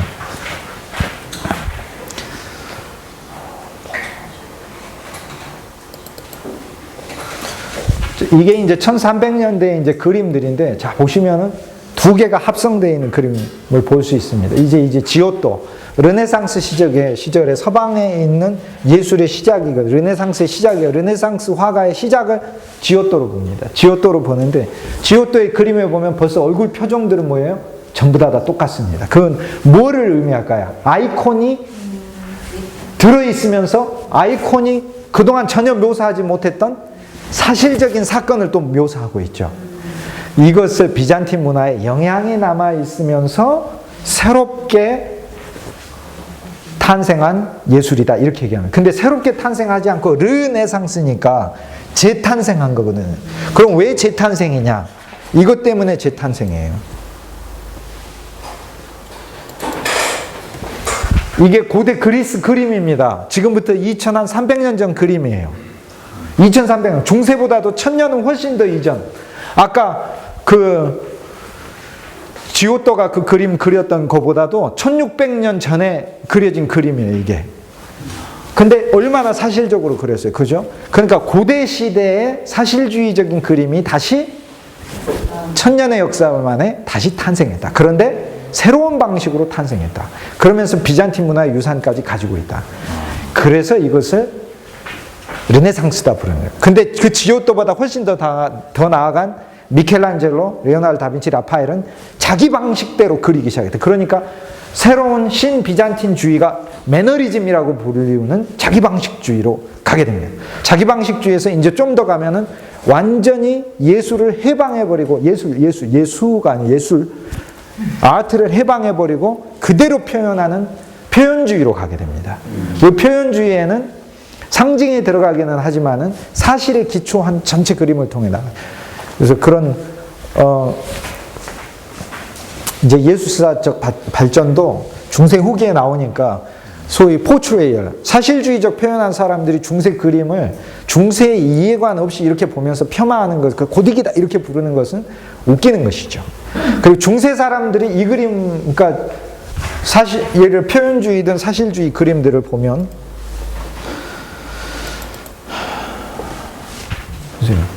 이게 라파엘의 예수의 변화선 사건이거든요. 이 그림 그리다가 떠났어요, 세상을. 그런데 조지오 바사리에 의하자면 미켈란젤로, 라파엘, 레오나르도 다빈치 3명 중에서 최고의 찬사를 받은 사람은 라파엘입니다. 그건 고대 세계의 아펠레스였다. 그렇게 얘기해요. 아까 그 아펠레스가 그렸다고 예상되는 그 그림은 사실 아펠레스의 현신이다. 이렇게 불렀었으니까요. 예술 500년 전에 예술 평론가, 예술 해설위원이 조지오 바사리라는 사람이, 그 사람이 쓴 책 예술가들의 생애가 오늘날의 예술사 기초 자료가 되는 거예요. 근데 여기에 보면은 한 사람 한 사람의 그 표현들이 나오는데 자기의 방식으로 그리는 거죠. 자기 철학이, 작품 속에 처음부터 끝까지 자기 철학이 다 들어가요. 미켈란젤로는 자기 철학, 이렇게 다. 그런데 그 전에 비잔틴은 그렇지 않습니다. 통일된 철학 안에 모든 그림들을 다 그려야 되는 것이죠. 그러니까 이것이 바로 이제 소위 그 매너리즘의 그림이다. 매너리즘. 그리고 이제 사실주의, 표현주의로 가게 되면 이런 식으로 가게 됩니다. 또 약간 달라요. 표현주의로 가게 되면 그 작가가 말하고 싶어 하는 바를 강렬하게 하나의 그림을 통해 가지고 더 드러냅니다. 그러니까 매너리즘에 있어서는 작가의 철학이 들어있는데 이건 철학이 아니라, 숨은 철학이 아니라 아예 겉으로 드러나는 그 노골적인 대비, 더 사실주의보다도 훨씬 더 매너리즘, 양식주의보다도 훨씬 더 강렬한 그런 이미지를 이제 이런 그림들이 이제 후대에 이런 거는 1588년도 엘 그레코 작품입니다. 이게 톨레도에 가면 있습니다. 아까 봤던 그 지오토의 그림이 있고, 그다음에 이제 프라 안젤리코의 그림이, 또 하나는 로렌조 기베르티의 이제 천국의 문이라는 게, 천국의 문은 미켈란젤로가 나중에 붙였어요, 이름을. 이거 하나 조각하는데 20년 이상이 걸렸어요. 이 문 하나 하는데. 문이 저거보다도 약간 더 이렇게 큰 걸로 2개입니다. 거대한. 이건 어디 있냐면은 피렌체의 대성당이, 성당이 이렇게 있으면 성당 옆에 세례를 받는 세례정이라는 게 따로 있습니다. 세례정을 따로 만듭니다. 오늘날은 이제 우리가 세례 줄 때 이렇게 하거나 또는 침례를 하거나 하는데, 아예 침례를 주는 침례 건물, 베프티스텔이라고 불리는 세례정이 따로 이렇게 있어요. 근데 팔각형으로 짓습니다. 팔이 이제 부활, 새로운 탄생의 숫자니까 그래요. 세례는 옛것을 죽고 새로 태어난다는 뜻이니까요. 그래서 그 세례정에 있는 이 문을 역병도 많이 들고 또 여러 가지 정치적으로 불안하고, 그래서 피렌체 당시 토스카나 왕국이죠. 그래서 피렌체에 있는 시민들이 저 문을 이제 로렌조 기베르티에게 만들게 합니다. 그래서 로렌조 기베르티의 일생의 작품입니다. 자기 삶을 이거 하나를 총동부조로 만듭니다. 그런데 중세에 있어서 총동으로 예술 작품을 사실상 처음 만든 거예요. 그러니까 고대 시대 때는, 로마 시대 때는 총동으로 많이 만들었어요. 근데 중세 천년 동안은 총동 안 써요. 도래 시대로 하지. 그러다가 총동의 예술이 다시 탄생한 거예요. 재탄생. 그래서 이거는 너무나 엄청난 작품이에요. 지금 그냥 이제 흐려서 그런데 구약 성경에 나오는 뭐 아담부터 아벨, 뭐 노아, 아브라함, 이삭, 그다음 모세, 뭐 엘리야, 다윗, 솔로몬 이런 10명의 구약의 인물들을 가지고 구약의 문, 신약의 문 해서 이 패널로 이제 그려 놓습니다. 세례정의 문을 그려 놓습니다. 그래서 한때 히틀러가 이거 소유하려고 그랬었죠. 가지려고 그래서 그랬죠. 그런데 지금은 피렌체에 있는 그 박물관에 따로 이제 소장이 되어 있고, 복제품이 2개가 있는데요. 지금 피렌체 가면은 두오모, 피렌체 대성당, 이 세례당에 있는 게 복제품입니다. 그 복제품 다 보고 오시는 거고, 진품은 피렌체에 있는 박물관에 가야 있습니다. 그래서 복제품이 2개가 있는데, 하나가 여기 있고, 또 하나는 미국의 샌프란시스코에 가면은 그레이스 채플이라고 서쪽에서 처음 세워진 큰 이 감독교회, 에피스코팔 교회 큰 교회가 있어요. 그 교회당 앞에, 그 교회당 문이 요거로 복제가 되어 있습니다. 근데 샌프란시스코로 관광객이 구경을 가면 그 그레이스 채플이라고 불리는 큰 교회당을 데리고 가요. 왜냐하면 그 앞에 미로가 이렇게 있어서 미로 걸어가기가 이렇게 있거든요. 이렇게 그 사람들 시키기 위해서 거기 가요. 근데 그게 중요한 게 아니고 그 앞에 로렌조 기베르티의 이 500년 전에 르네상스를 열었던 600년 전에 르네상스를 열었던 총동 세계적인 작품에 세계에서 딱 2개밖에 없는 복제품이 그 교회당에 거기 있다는 사실. 그걸 보고 와야지 그 앞에서 그 미로 만들어 놔가지고 이렇게 장난하고 이렇게 오고 그러면 안 된다. 샌프란시스코 여행을 가게 되면 금문교로 해가지고 다 이렇게 돌아요. 그 과정이 있어요. 그게 어디냐면 이렇게 또 샌프란시스코가 이렇게 힐리 시리기 때문에 그 안에 있는 전차를 타고 슉 이렇게 내려가거든요. 그 내리는 부분인가 아마 있어요. 거기에서 이제 거기 사람들 데리고 와서 거기 어떤 교회당 앞에 가서 이렇게 메이즈라고 부르죠. 이렇게 미로처럼 바닥에다 만들어 놔가지고 이렇게 크게 만들어 놨어요. 재밌게. 그래서 사람들이 뭐 광장에 가면은 뭐 이렇게 누릴 수 있게끔 그 교회당이 큰 교회당이기 때문에 해놨어요. 그런데 그게 중요한 게 아니고 요 문이 중요해요. 그 문을 보고 와야 돼요. 그래서 피렌체 안 가면은 샌프란시스코라도 가야 볼 수 있어요.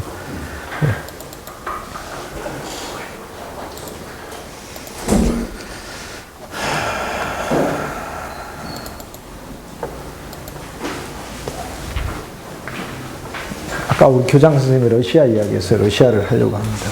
여기가 흑해예요. 블랙시. 바다가 검으니까 흑해예요. 홍해는 여기잖아요. 여기.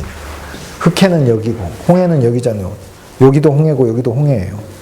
이게 이집트 쪽 홍해, 요르단 쪽 홍해. 우리는 황해가 있고, 그죠? 노란 바다가 있고, 노랗잖아요. 서해 가면 황해니까. 그래서 여기는 검은 바다입니다.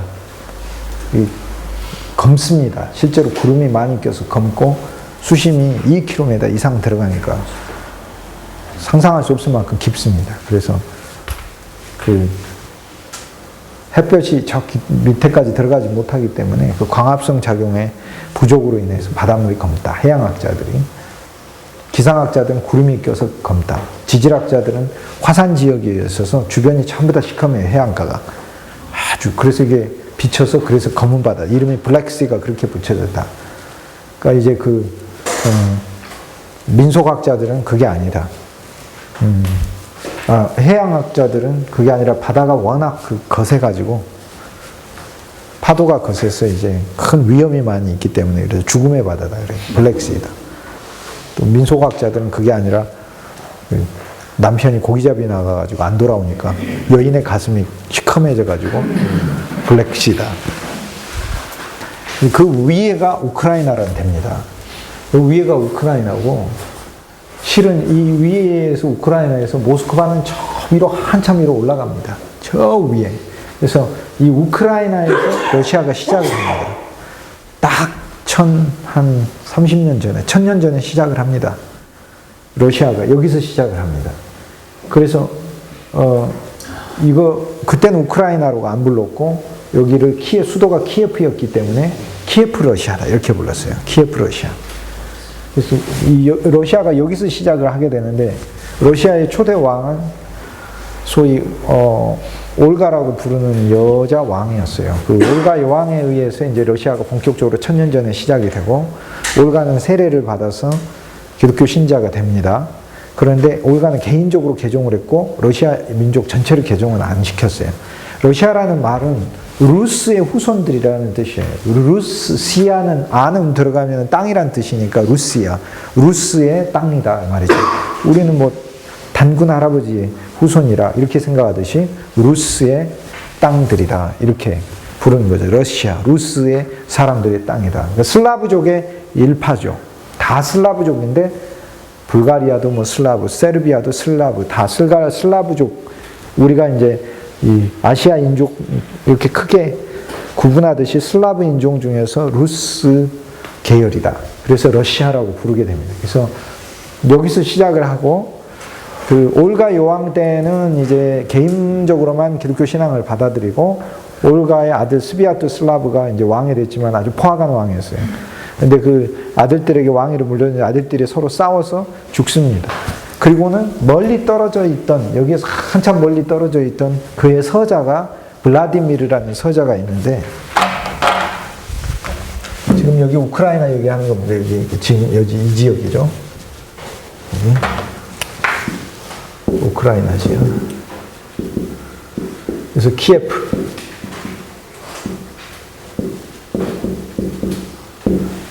여기 블라디미르가 988년도 AD, 그러니까 1000년 전이죠. 1000년 전에 기독교 신앙을 받아들입니다. 기독교 신앙을 받아들일 때 그 일화가 러시아도 이제 하나의 신앙이 필요하다. 왜냐하면 워낙 이교들이 그 지역에 따라서 많고 혼재되어 있고 또 국가의 발전을 위해서는 통일된 신앙이 필요하다고 봤어요. 블라디미르가 이슬람, 유대교, 그 다음에 동방의 교회, 서방의 카톨릭 4개를 놓고 사신들을 다 불러서 컨설팅을 받았습니다. 어떤 신앙을 공식적으로 러시아에 넣을 것인가. 받았는데 이슬람은 절대 술 마시면 안 된다. 돼지고기도 안 된다. 그런데 술 없이 어떻게 인생을 사냐. 이슬람 노. 이렇게 돼요. 유대교가 왔는데 유대교가 이제 저 카자리아라는 지역에서 유대교 랍비들이 이제 왔어요. 그래서 근데 유대교를 믿었던 카자리아가 망했거든요. 얼마 전에 저쪽에 있던 나라가 조그만 중앙아시아 밑에 있는 왕국이었어요. 그래서 망했거든요. 그래서 블라디미르가 물어봤어요. 왜 유대교 믿었는데 왜 망했냐. 그러니까 유대교인들이 여호와 하나님의 계명에 순종하면은 축복을 받고 불순종하면은 가차없이 저주받습니다. 그러니까 유대교도 안 되겠다 이런 거죠. 그리고 로만 캐톨릭이 왔는데 로만 캐톨릭은 국왕의 권위는 교황에 항상 복속을 해야 되고 교황에게 국가를 전체로 복납했다가 다시 선물로 받고 왕관도 다시 받아야 된다 이렇게 해서 내가 왕인데 내가 뭐하러 교황한테 다시 왕관을 수여받고 하느냐.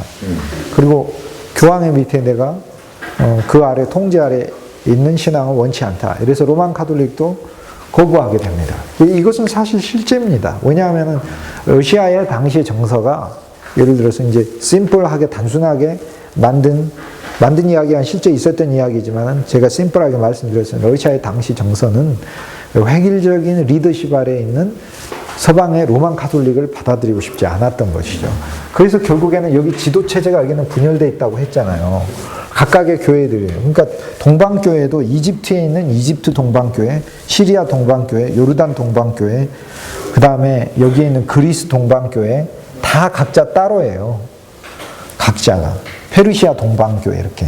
근데 정자를 붙여서 페르시아 정교회, 이집트 정교회, 그리스 정교회 이렇게 통자를 빼버리고 아까워가지고 통자 넣기가 싫으니까 정통교회 그러면 진짜 정통인데다 느낌을 주는 것 같으니까 그래서 빼고 이제 그렇게 부릅니다.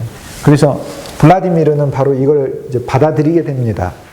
이 동방 정교회를 받아들이게 됩니다. 동방 정교회를 받아들이니까 동쪽 지역에 있는 교회들의 특성을 가지게 되니까 동쪽 지역은 국가와 인종별로 정통교회, 정교회다 부르게 되니까 결국에 러시아에 들어간 교회를 뭐라고 부르겠습니까? 러시아 정교회라고 그렇죠 부르게 되죠. 그러니까 러시아 정교회는 그럼 특징이 그대로 동방 지역에 있는 교회의 특징을 그대로 가지고 오게 되죠. 제일 큰 특징은 뭐냐면 교회당이고요. 도움을 사용합니다. 두 번째 교회의 큰 특징은 서방 교회는 저 앞에 있는 알타라 부르는 제단까지 확 뚫어져 있죠. 그런데 동방 정교회는 구약의 성막 모형으로 만들어져서 성찬상을 두는 그 테이블, 성찬상을 두는 테이블하고 회중들이 앉아있는 데하고 완전 담으로 벽으로 가로막아져 있습니다. 막이 있습니다. 이 막을 성화대라고 부르요. 아이코노스테시스 성화대라고 부르는데 성자들의 성화가 이렇게 그려져서 아예 막아져 있어요. 그래서 사진은 안 보여요. 이 안에서. 그래서 이 안에서 로만 캐톨릭은 성찬상이 이렇게 아예 오픈되어 있어서 이렇게 보이는데 동방교회는 아예 그 안에 들어가 있어요. 그러니까 비밀스러운 어떤 예배 행위다. 이렇게 하는 거죠. 이것을 이제 가운데로 문 열고 나와서 사람들에게 떡과 포도주를 주는 거고 끝나고 나면 다시 그 안으로 들어가고 설교할 때 있으면 문 열고 나와서 그게 완전 갈라져 있어요. 그래서 구약에 있는 성막, 예를 들어 성소, 지성소 그런 개념으로 이제 예배를 드리고 구약적인 개념들이 많이 있으니까 이제 향을 많이 사용을 합니다. 그래서 우리나라 이제 그 가톨릭 교인이든 개신교인이든 가면은 동방교회 예배에 참석하면 아주 힘들어서 드리기 어렵습니다. 이거 무슨 절간도 아니고 계속 향 뿌리고 다니고 이렇게 하는. 왜냐하면 이제 구약에 하나님이 향을 만들어서 예배를 하라 이랬거든요. 그리고 또 기름을 바릅니다. 이렇게 오일 기름 바르고. 성찬을 할 때는 동방 종교의 교인 아니면 성찬을 안 줍니다. 개신교가 제일 너그럽습니다. 저도 이제 러시아 갔을 때 러시아 종교의 교회들 여러 교회들 가가지고 성찬에 참여해서 앞에 딱 쓰면은 Are you Russian Orthodox? 이렇게 물어봐요. 그래서 No 이렇게 얘기했죠. But I'm Christian 이렇게 얘기했으니 러시안 오소독스가 아니면 줄 수 없다고 그러더라고요. 그래서 제가 이렇게 얘기했어요. You come to my church, I'll give you bread 이렇게 얘기를 했죠. 네가 우리 교회 오면 난 준다 그렇게 얘기를 해야지.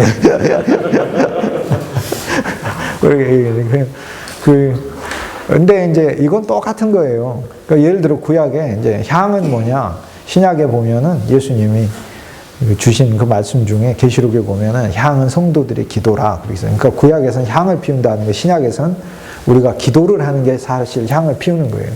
그럼 기도하라는 얘기지 그 향 피우라는 얘기가 아닌 거거든, 그게.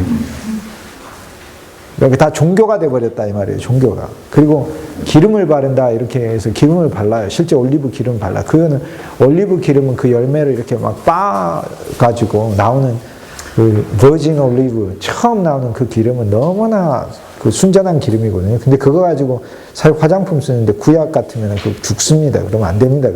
그 기름은 하나님의 성막에 불을 떼는 데 씁니다. 빛을 내는데 거룩한 교회당. 그 다음에 나오는 그 기름을 가지고 이제 화장품을 사용하게 되고 그 다음에는 음식에 사용하게 되고 그 다음에는 또 비누에도 사용하게 되고 또 치료약으로도 사용하게 되고, 네, 그리고 집안에서 불을 하는, 그렇습니다. 올리브 기름은 한마디로 만병통치약입니다. 올리브 기름은 저희 어렸을 때 발랐던, 예, 또 왁가짐기, 그 다음에 중국의 호랑이 기름, 네, 네, 미국의 바셀린 하고 배 아파도 바셀린 바르고 그랬었어요, 무조건. 그런 거하고 좀 비슷하다 이렇게 얘기할 수 있습니다. 그런데 이제 그거는 이제 예수님이 올리브 기름을 얘기한 거는 겟세마네라는 동산에서 거기서 이제 기도하시다 십자가 못 박혔는데 겟세마네라는 이름의 뜻이 올리브 기름을 짜는 곳이다라는 뜻이거든요. 올리브 기름 짠다는 뜻이에요. 그러니까 기름 짜는 곳이라는 뜻이에요. 그러니까 그거는 그러니까 내가 하나의 열매 같은 삶으로서 내가 막 짜졌을 때 나한테 분노와 절망과 원망과 막 엄청난 혈기 막 이런 거이 나오는 게 아니라 그 사람을 짰을 때 그 사람에게서 아름다운 어떤 남들을 유익하게 하는 기름이 나오는 게 이게 기름의 삶이다 이렇게 부르는 거예요. 그러니까 예수님 비유에도 보면은 뭐 10명의 처녀가 있는데 예수님 오실 때 기름을 준비 안 했다 이렇게 하잖아요. 그게 뭐냐면 등은 있는데 그러니까 자기가 예수님을 믿기는 한데 그 사람은 짜지지 않은 사람이에요. 짜져야 돼요. 가정에서도 짜져야 되고 교회에서도 직장에서도 짜져야 돼요. 그 사람이 짜졌을 때 나오는 게 아름다운 향기가 나오고 남한테 음식이 되는 게 나오고 또 다른 사람을 씻어주고 치료해 주는 게 나와요. 그러니까 내가 짜졌을 때 내 입에서 치료의 말이 나와야지. 너 이제 큰일 났네, 죽었네, 뭐 이렇게 나오고 조롱하는 얘기나 나오고 찔러대는 얘기나 나오고 그러면 안 되는 거죠. 그러니까 항상 우리 입에서 너 어떡하냐 이제 큰일 났다 너 이런 얘기 하면 안 되고 아니야 괜찮아 큰일 난 거 아니야 항상 늘 그런 이야기가 나와야 되는 거죠. 너 이제 큰일 났다 걱정이 아니라 사람 조롱하는 거예요. 그게 사람이 이제 그뿐만 아니라 이제 진짜 짜져요. 우리 환경이 많이 우리를 짭니다. 환경이 짜잖아요. 사람은 괴로운 게 많이 있잖아요. 그런데 그때 이제 사람 강해야죠. 그때 강하다는 거 버텨낸다는 것만 이야기하는 게 아니라 사실 자기가 진짜 환경이 짜면 짜져야 돼. 근데 짜서 속에 있는 게 나와요. 원망이 나오든지 아니면 그리스도가 나오든지 둘 중에 하나가 나오는 거죠. 그러니까 그런 건데 이제 다 종교로 많이 갔습니다. 다시 러시아에 있어서 그래서 블라디미르가 988년에 동방교회를 받아들이는데 이건 탁월한 선택이었어요. 왜냐하면 비잔틴 문화가 1000년대에는 굉장히 발전된 문화거든요. 그래서 러시아가 사실 굉장히 수준이 업그레이드 됩니다. 비잔틴 문화를 받아들이고는 러시아 교회는 그러니까 정교회 스타일로 예배를 드리게 되는 거죠. 이 정교회가 러시아에 이식이 되면서 블라디미르는 이제 러시아에 있어서 그 블라디미르 대왕이다 이렇게 부릅니다. 대왕. 우리나라의 거의 태종 임금에 해당되는 정도다 이렇게 얘기하죠. 태종 이방원이 왕권은 뺏었지만 뛰어난 왕이었습니다. 왜냐하면은 셋째 아들 충령을 왕세자로 앉혔잖아요. 첫째 양령을 끌어내리고. 그건 탁월한 선택이었어요. 왜냐하면 충령이 바로 그 위대한 세종대왕이 되시기 때문에 지도자를 누구로 임명하느냐도 탁월한 선택입니다. 세종만 뛰어난 게 아니라 태종 임금도 뛰어났다. 우리가 그렇게 얘기를 할 수 있죠. 블라디미르가 이제 그런 왕이었어요. 그의 이제 선택이 러시아의 기독교 신앙을 받아들이게 되고 국교로 선언을 해버렸어요. 그러니까 이교 신앙을 믿으면 가만 안 두는 거예요. 처형받는 거예요. 처벌받고. 근데 모두들을 세례 줄 수 없으니까 키예프에 흐르는 강이 드니프로라는 강이거든요. 그 드니프로 강에 탁 서가지고 하나 둘 셋 해서 다 뛰어들겠어요. 저절로. 그게 세례가 된 거예요. 그래서 러시아가 988년에 사실 시작한 겁니다. 그래서 이때를 러시아 사람들은 국가 탄생의 해로 사실 보고 있습니다. 정신적 의미의 탄생의 해로 보고 있다. 이 구습이 청산되는 시기였었습니다. 그리고 더구나 발전된 정교의 문화들을 정교의 문화는 비잔틴 지역, 비잔틴 여기가 헬라 지역 아닙니까? 알렉산더 고대 그리스의 철학이 이 신학에 그대로 이렇게 그 전수돼서 보존되어 왔던 곳이거든요. 그게 우크라이나로 이렇게 올라갔기 때문에 이 우크라이나 즉 키예프 러시아에 올라갔기 때문에 이 키예프 러시아 입장에서 이 해는 역사적인 해입니다. 그리고 그가 죽고 나서 이제 그 야로슬라브라는 현재 현명한 대왕이다 해서 아주 뛰어난 세종대왕 같은 대제가 러시아 지역에 큰 발전을 이뤄냅니다. 그래서 러시아의 모태는 우크라이나예요. 모스크바는 저 위로 저 스피커 있는데 저렇게 올라가야 돼요. 지금 실판이 부족해가지고 다음에 저까지 큰 거 있으면 제가 사다리 해가지고 올라가서 그려놓습니다. 정말 위로 올라가야 됩니다. 그건 후대예요. 그건 이제 잠시 후에 제가 보도록 하고 어쨌든 키예프 러시아가 출발을 했다. 그래서 키예프 우크라이나 사람들을 러시아의 모체로 생각합니다. 러시아는 우크라이나에서 태어났다. 오늘날의 이름 우크라이나, 그때는 우크라이나라고 안 불렀어요. 우크라이나를 안 불렀고 우리는 키예프 러시아다. 키예프 러시아다. 이렇게 부릅니다.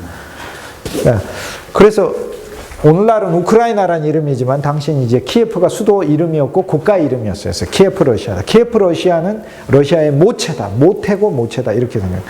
그래서 이 키예프를 가면은 키예프에 블라디미르가 세운 교회당이나 또는 그 아들 야로슬라브가 세운 교회당이 아주 너무 멋있게 있어요. 그리고 비잔틴 지역의 문화를 그대로 받아들였기 때문에 키예프의 가장 유명한 교회도 성 소피아 교회예요. 왜냐하면 콘스탄티노플도 성 소피아 대성당이 있습니다. 그대로 다 이게 본따가지고 합니다. 근데 러시아가 좋아하는 어떤 색깔들 또 러시아 전통의 문화 방식대로 이제 교회당을 짓습니다. 그런데 문제가 여기서 계속 발전이 됐다가 하나 생깁니다. 몽골 제국에 대해서는 오늘 시간이 없으니까 이제 다음 주에 제가 하겠는데 1200년대에 몽골 제국이 징기스칸의 1190년 테무치니가 이제 그때부터 이제 장군이 되고 1200년대가 되면서 세계로 호령하기 시작하고 이쪽 아래에 있던 호라즘 제국이라고 하는 호라즘이라는 거대한 제국이 하나 있었어요. 사라져버렸어요, 역사에. 그러니까 우리한테 낯선 거예요. 지금까지도 있었어요. 그 징기스칸이 멸망시킨 게 금나라 멸망시켰죠. 이 호라즘 제국 멸망시켰죠. 그것만 멸망시켰으면 여기서 와가지고 소위 러시아, 키예프 러시아를 끝내버렸어요. 키예프 러시아를 끝냈어요. 그 바투라는 징기스칸의 장남 그 주치의 아들, 징기스칸의 손자가 바투가 징기스칸 군대를 몰고 와가지고 여기를 끝내버렸어요. 호라즘도 끝내버리고, 그 러시아 끝내고, 중국에 있던 금나라 끝내고, 그 다음 이쪽 지역까지 전부 다 침공합니다. 이때 그 몽골군이 쳐들어오니까 키도 작고 그 말만 잘 타지 별로 못 싸우게 생겼는데, 근데 러시아가 우습게 생각하고 괴멸을 당해버립니다. 그리고는 여기가 초토화되면서 이 지역이 러시아의 백성들은 러시아의 소위 속민이 돼요. 그러니까 200년 동안 러시아에 암흑기가 옵니다. 1200에서 1400년대까지 러시아에 암흑기가 와요. 200년 동안 몽골 지배체제가 완비돼요. 그러면서 동시에 이주에서 저 위에 모스크바를 중심으로 해서 새로운 러시아가 그때부터 성장하기 시작합니다. 그러면서 새로운 모스크바는 저기에 있는 모스크바가 새로운 중심지, 새로운 수도가 돼서 남은 러시아의 유산을 계승하면서 몽골 제국에 맞서서 준비를 하고 있어요. 근데 러시아는 모스크바를 중심으로 새로 나오게 되지만은 이 200년 동안에는 작은 모스크바의 러시아일 뿐이죠. 근데 몽골군은 거기까지 쳐들어가지를 못합니다. 워낙 그쪽이 춥고 몽골군이 가기에는 힘들었어요. 그래서 이 소위 바투가 세운 우크라이나에 있는 키예프 러시아를 휩쓸어 버리고 여기 세운 게 황금 유목민 제국이라고 불리우는 이 제국이 세워져요. 나중에는 이곳이 바로 킵차크 칸국이 됩니다. 킵차크 칸국이 돼요. 그래서 이 바투가 세운 이 왕국이, 바투는 나중에 군대를 몰아가지고 유럽까지 쳐들어갑니다. 유럽까지 쳐들어가는데 그 유럽의 군대가 징기스칸 부대, 바투가 맹장 중에 맹장이죠. 그 바투가 몰고 온 군대를 보고 유럽에 있는 기사들 수천 명이 나가지고 전투를 벌였는데 괴멸당해요. 괴멸당하고, 그리고 몇 명은 풀어줘요. 풀어주는데 어떻게 하냐면은 사람을 잡아먹어버리는 거 보여줍니다. 구워먹어버리는 거. 무서운 소문이 이제 유럽에 퍼지게 되면서 징기스칸 부대는 필적할 수가 없게 돼. 이슬람하고는 게임이 안 돼요. 이슬람도 괴멸당해버리죠. 여기서 콰레즘 왕국 끝나버리고 계속해서 밀고 와서 이쪽에 일칸국이라고 세우게 됩니다. 일칸국, 훌라구는 손자예요. 징기스칸의 막내 아들 톨루이의 아들인데 훌라구가 세우게 돼요. 여기다가 훌라구의 일칸국, 킵차크 칸국 이렇게 세우게 돼요. 근데 계속해서 진군을 하다가 이제 바투는 멈추게 되죠. 왜냐하면 징기스칸이 죽고 나서 그 아들이 이제 오고타이가, 세 번째 아들 오고타이가 대칸이 되는데 오고타이가 죽거든요. 과음을 하다가 죽어요. 그래서는 칸을 결정하는 문제에 있어서 이 몽골 지역에 카라코룸에서, 수도 카라코룸에서 큰 이제 정쟁이 일어나니까 바투가 진격을 못해요. 그러니까 바투에게 오고타이 대칸이 유럽을 정벌하라고 명을 내렸어요. 그래서 바투가 승승장구해서 계속해서 몰고 있는데 유럽을 구해준 건 정작 오고타이였어요. 오고타이가 죽어가지고 정쟁이 불안하니까 바투가 지금 여기서 싸우고 있을 때가 아니야. 지금 자기가 돌아가야 되거든요. 자기 제국의 어떤 여러 가지 미래에 존망에 걸린 정책적인 것들을 결정해야 돼요. 실은 유럽을 이때 구해내요. 오고타이가 죽어. 안 죽었으면은 프랑스 파리고 무슨 이탈리아 로마고 계속 거기에 몽골의 깃발이 천막이 적어도 한 세기 이상은 서 있었을 거예요. 정말 역사가 재밌었을 거예요. 아주 너무나 재밌었을 겁니다. 그런데 일면에 있어서 여기는 이제 기독교 신앙의 나라들이기 때문에 크게 보면은 역사의 운명을 여기서 바꿔주는 거예요. 이렇게 하나님께서 싹싹 바꿔주는 거죠. 그래서 몽골의 200년 동안 이 정복 기간 동안 이 러시아 사람들의 자존심은 밟힐 대로 밟혀버렸어요. 새롭게 만들어진 국가가 완전히 몽골이, 우린 40년인데 200년 지배를 받았으니까. 그런데 이 시기에 바투가 이제 칸이잖아요. 소위 왕이잖아요. 몽골인들에게는 전부 다 세금 바치라고 그러고, 살아남은 러시아의 그 대공들은 귀족들이, 러시아의 귀족들은 바투에 이제 신하가 되고 바투에게 충성맹세해야 되고. 근데 이때 저기 위에 스웨덴에서 러시아로 침공을 해옵니다. 이 땅들을 이제 찾기 위해서. 그러니까 러시아 입장에서는 노브고로드의 이제 대공이라고 하는 알렉산드르라는 이름을 가진 이제 대공이 바투한테 군대를 받아가지고 러시아인들을 이끌고 가서 스웨덴하고 싸워서 승리를 거둬요. 그래서 러시아인의 자존심을 세우게 됩니다. 그런데 이 전투가 네바강에서 일어났다고 해서 1230년대 네바강해라는, 러시아 말로 스키가 오브란 뜻이잖아요. 먼 새끼가 이게 오브란 뜻이 욕이 아니에요. 그러니까 넵스키, 알렉산더 넵스키라고 부르는 이제 장군이 나오게 돼요. 그 알렉산더 넵스키가 러시아에게는 소위 이순신 장군 같은 사람입니다. 이제 영웅이죠. 그 자존심을 세워준 사람이에요. 스웨덴이 당시 강국이고 그 대군을 이끌고 왔는데 이겨내거든요. 그래서 러시아에 이제 소위 가게 되면은 두 이름을 많이 들어요. 알렉산더 넵스키하고 표토르 대제하고 나중에 알렉산더 넵스키 계속 많이, 어디 나라 가면 많이 듣는 이름이, 터키 가면은 아타투르크, 처음부터 타자마자 아타투르크 계속 이야기하듯이, 오스트리아 가면은 마리아 테레지아, 또 계속 마리아 테레지아만 얘기를 해요. 마리아 테레지아는 후에 저희가 보도록 하고. 그래서 이 200년 동안의 몽골 지배 아래 있을 때, 그때 알렉산더 넵스키가 초기에 큰 이제 활약을 하게 됩니다. 그리고 알렉산더 넵스키가 돌아와가지고 바투가 몽골 신에게 제사를 드리라 그러니까 알렉산더 넵스키가 나는 러시아 종교의 신자라서 못한다. 바투의 명을 거부하거든요. 죽을 수도 있죠. 근데 바투가 용서를 해줍니다. 그래서 또 바투의 아들 사르타가하고 아주 친했어요, 넴스키가. 이제 블라디미르 대왕이 이게 세례받는 장면이고요. 드니프로 강에서 전부 다 러시아 사람들이 뛰어들어서 받는 거고. 러시아 1,000루블짜리 지폐에 그려져 있는 이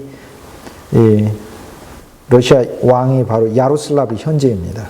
지금 러시아 지폐에 들어있는 사람이 블라디미르의 아들이에요. 우리한테는 세종대왕이 있듯이. 러시아 영웅이 이제 알렉산더 넵스키고 조금 전에 말씀드린 거. 그 다음에 이제 돈스코이라고 하는 러시아의 이제 그 장군인데 1300년대부터 러시아의 항쟁이 시작해요. 몽골에 대해서. 몽골에 대해서 항쟁이 시작해요. 그래서 이제 세르기우스 수도사에게 기도를 받고 승리를 하게 됩니다. 그래서 이미 1300년대가 지나면 이제 몽골 제국은 이제 쇠하게 되잖아요. 쇠락하잖아요. 그래서 그 이후에 몽골 제국은 러시아에 대한 지배권을 사실상 디미트리 돈스코이의 이 전쟁에서 그가 거둔 승리에 의해서 몽골은 지배권을 잃어버리게 됩니다. 점차이로. 그러나 결정적으로 이제 이것을 끊어버린 사람은 이반 3세라고 부르는 이제 임금이었고요.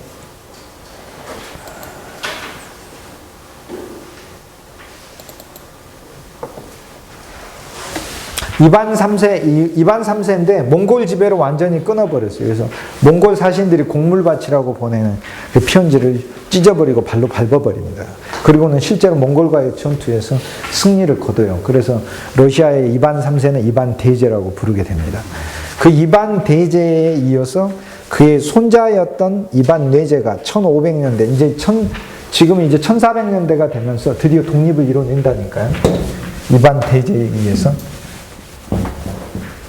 이반 대제에 이어서 그의 손자 때인 이반 뇌제 때, 이반 뇌제, 뇌는 무섭다는 뜻입니다. The terrible, 무서운. 이반 뇌제 때, 그의 손자인데, 바로 이때 러시아가 자랑하는 모스크바에 있는 성 바실리 성당이라고, 성자 바실리, 바실리라는 바질 또는 러시아 말로는 바질이라는 이름을 가진 그 성자를 기념하는 러시아 교회, 러시아가 자랑하는 이 교회가 세워지게 됩니다.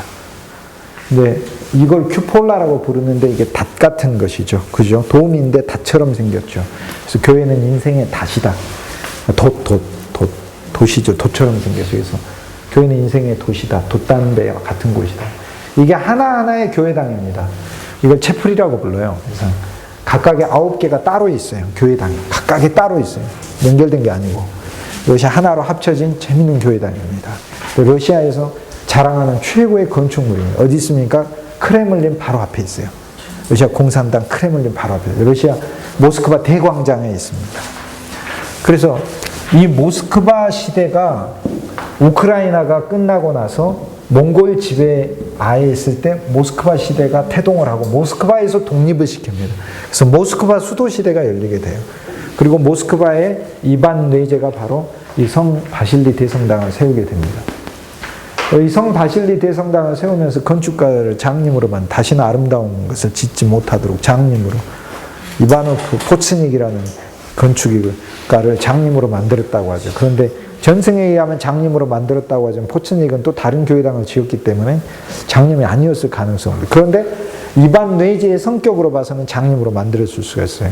그 아내가 아나스타시아라고 아주 아름다운 왕비였는데, 근데 이 사람은 야수 같은 사람이에요. 진짜 미녀와 야수에 딱 어울리는 그 부부가 있다면은 이반 뇌제, 1500년대 이반 뇌제하고 이 아나스타시아였어요. 근데 그의 아내가 그 독사를 아마 거의 당했었을 거예요. 근데 독사를 당하니까는 그때부터 이제 미치기 시작합니다. 그래서 폭정을 일삼고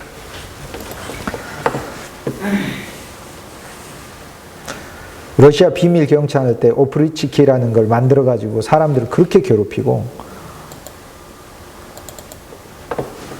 그리고는 이게 분노 조절이 안 됐어요. 그래서 자기 며느리가 마음에 안 드는 옷을 입고 다니까 막 발로 차면서 때리니까는 그 아들이 아버지를 말렸어요. 그러니까 그 쇠 지팡이로, 있잖아요, 요거 흉기죠.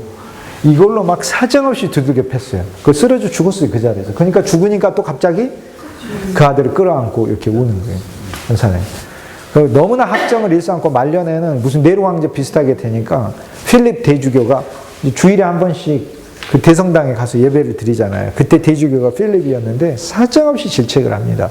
국왕의 백성들의 목숨을 파리 목숨처럼 생각하고 함부로 살려고 한다고. 황제가 가만히 듣고 있다가 그냥 일어서서 나와요. 그리고는 바로 며칠 후에 교수형으로 매달아 버렸어요. 대주교를. 모스크바의 대주교. 그래서 이반 내제예요. 그런데 그의 아들도 죽습니다. 그래서 저 자리에서 죽어요. 유명한 그림이죠.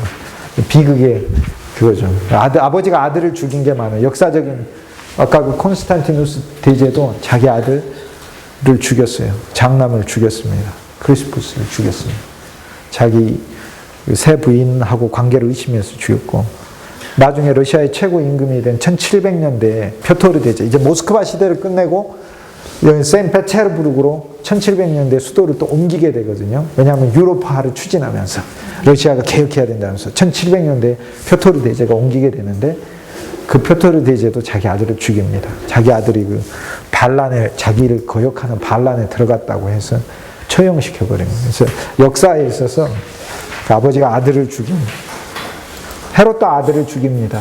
헤롯 대왕 예수님 시대 때.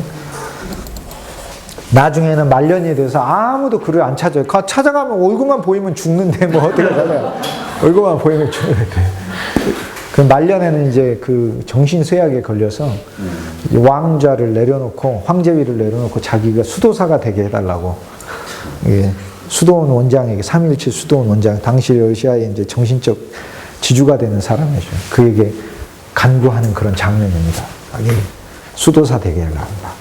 자기가 그동안 일생 지은 죄를 참여할 수 있도록 기회를 달라. 이렇게 하는 거예요.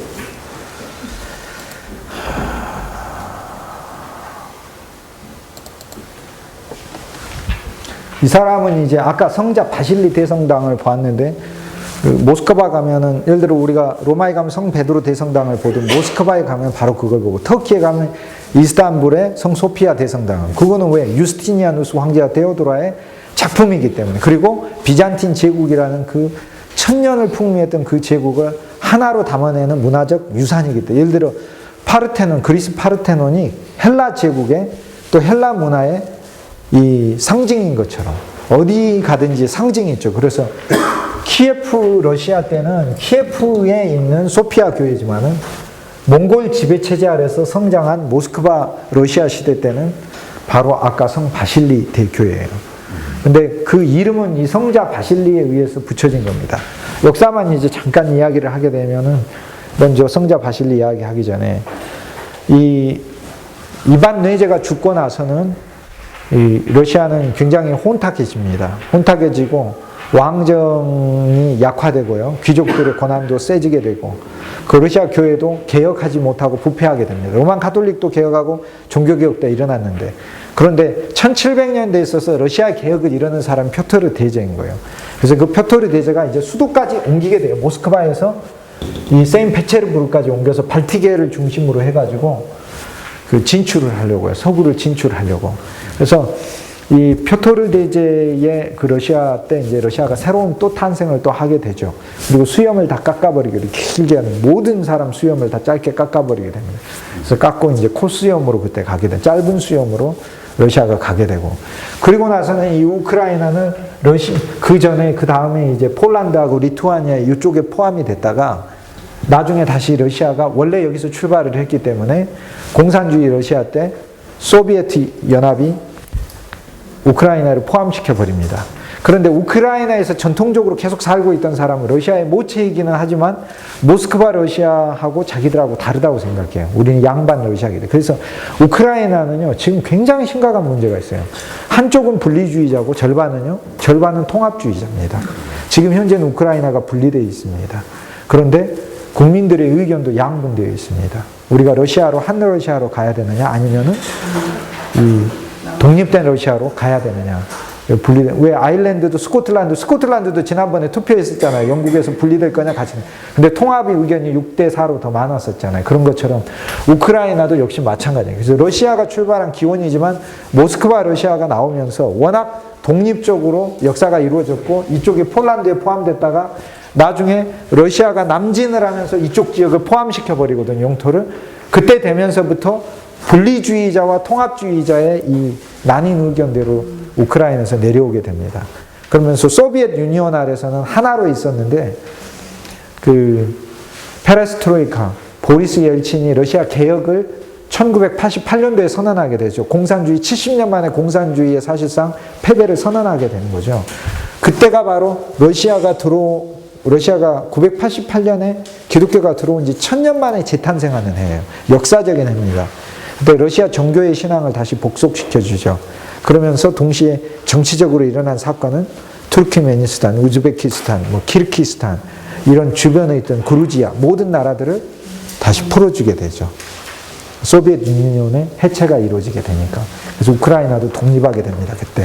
근데 우크라이나에 대해서 지금 그 정세를 보면은 그 푸틴이 계속해서 우크라이나에 있는 반군들을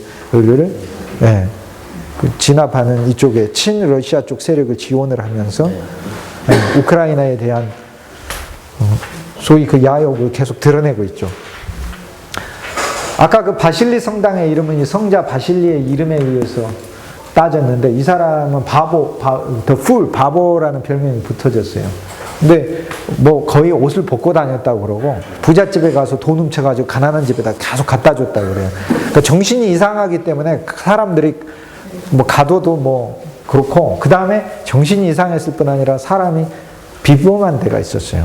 그리고는 성자 바실리는 아까 그 이반 뇌제 아들 쳐서 죽인 그 황제한테 가가지고 그 궁궐 바깥에서 욕을 많이 했어요. 어이 황제 살인마 살인마 그래서 정신이 이상하게 뻘려고 벗고 다니고 그러니까 잡을 생각도 하지 않았습니다. 그런데 사람들은 의견이 나눠 있었어요. 저 정신이 진짜 이상한 인간이다 아니면 진짜 성자다. 근데 이제 어떤 러시아에서 이제 어떤 귀족이 교회당을 지으려고 하고 그 교회당 옆에 자기 집 건물까지 같이 지으려고 하는데 공사가 계속 안 되는 거예요. 무너지고. 그러자 이 성자 바실리가 옷 벗고 지나가는 것을 보고 물어봐요. 바실리 내 질문이 하나 있는데 내가 교회당을 하나 지을고 건물을 지으려고 하는데 자꾸 무너지고 안 된다. 어떻게 해야 되냐 그러니까는 저기 키예프에 가면은 키예프에 이반이라고 이반이 이제 러시아 말로 영어의 존 요한이거든요. 요한 러시아 이반 키예프 이반이라는 사람 찾아가라 이렇게 얘기해요. 근데 영어의 존이 이름이 많듯이 키예프 우리나라 김씨 한양에 가서 김씨 찾는 거죠. 그거 하나만 한 소리를 하고 가니까 귀족 굉장히 황당한데 근데 그냥 무조건 가요. 키예프를 모스크바에서 키예프까지 가요. 근데 머릿속에 하나 똑똑한 귀족이죠. 하나 생각이 든 거 있어요. 거기도 바보가 있을 것 같다. 그 물어봐요. 사람들한테 혹시 이반이라는 이름을 가진 바보가 있냐 물어봐요. 그래서 이게 러시아 사람들이 일종의 아이콘이에요. 바보 이반이다 하는 건 성자야라는 거예요. 아이콘이에요. 나중에는 이제 문학의 작품의 주인공 이름이 되지만 그래서 찾아요. 바보를. 키예프의 바보 최고 바보가 어디냐. 사람들 아주 이상한 사이코적이 있다. 근데 뭐 하고 있었냐면은 계속해서 우물에서 돌을 한 무더기 싸가지고 그 호수 옆에서 계속 돌만 던지는 거예요. 거기 저쪽에 돌 다 던지면 이쪽에 돌을 또 그냥 들고 이렇게 와가지고 계속 정일 가서 던지는 거예요. 그래서 이제 모스크바에서 온 귀족이 모스크바 바보 바실리의 얘기를 듣고 이 사람 찾으러 왔으니까 돌 던지고 있는 것을 보고 물어봐요. 왜 돌 던지세요? 그러니까 사실 말을 안 하는 사람인데 이 사람이 모스크바에서 온 사람 보고 딱 얘기를 해요. 뭐라 얘기하냐면 내가 어려서 부모님을 너무 거역을 해서 내가 너무 큰 불효자인데 저곳이 내가 태어난 곳이요. 나는 내 자신을 태어난 곳을 향해 돌을 던지면서 내 불효를 회개하고 있어. 이렇게 얘기하는 거예요. 근데 그 귀족이 그 얘기를 듣고 생각난 게 있어요. 자기가 어려서 너무나 큰 불효를 했거든. 돌아와서 회개를 하게 됩니다. 하나님께. 먼저 그거를 죄를 회개. 그리고 나서는 공사를 끝냈다고 그러죠. 그게 숨은 일화가 있어요. 굉장한 일화. 오늘은 이제 시간이 많이 갔는데 여기까지 하도록 하겠습니다. 우리가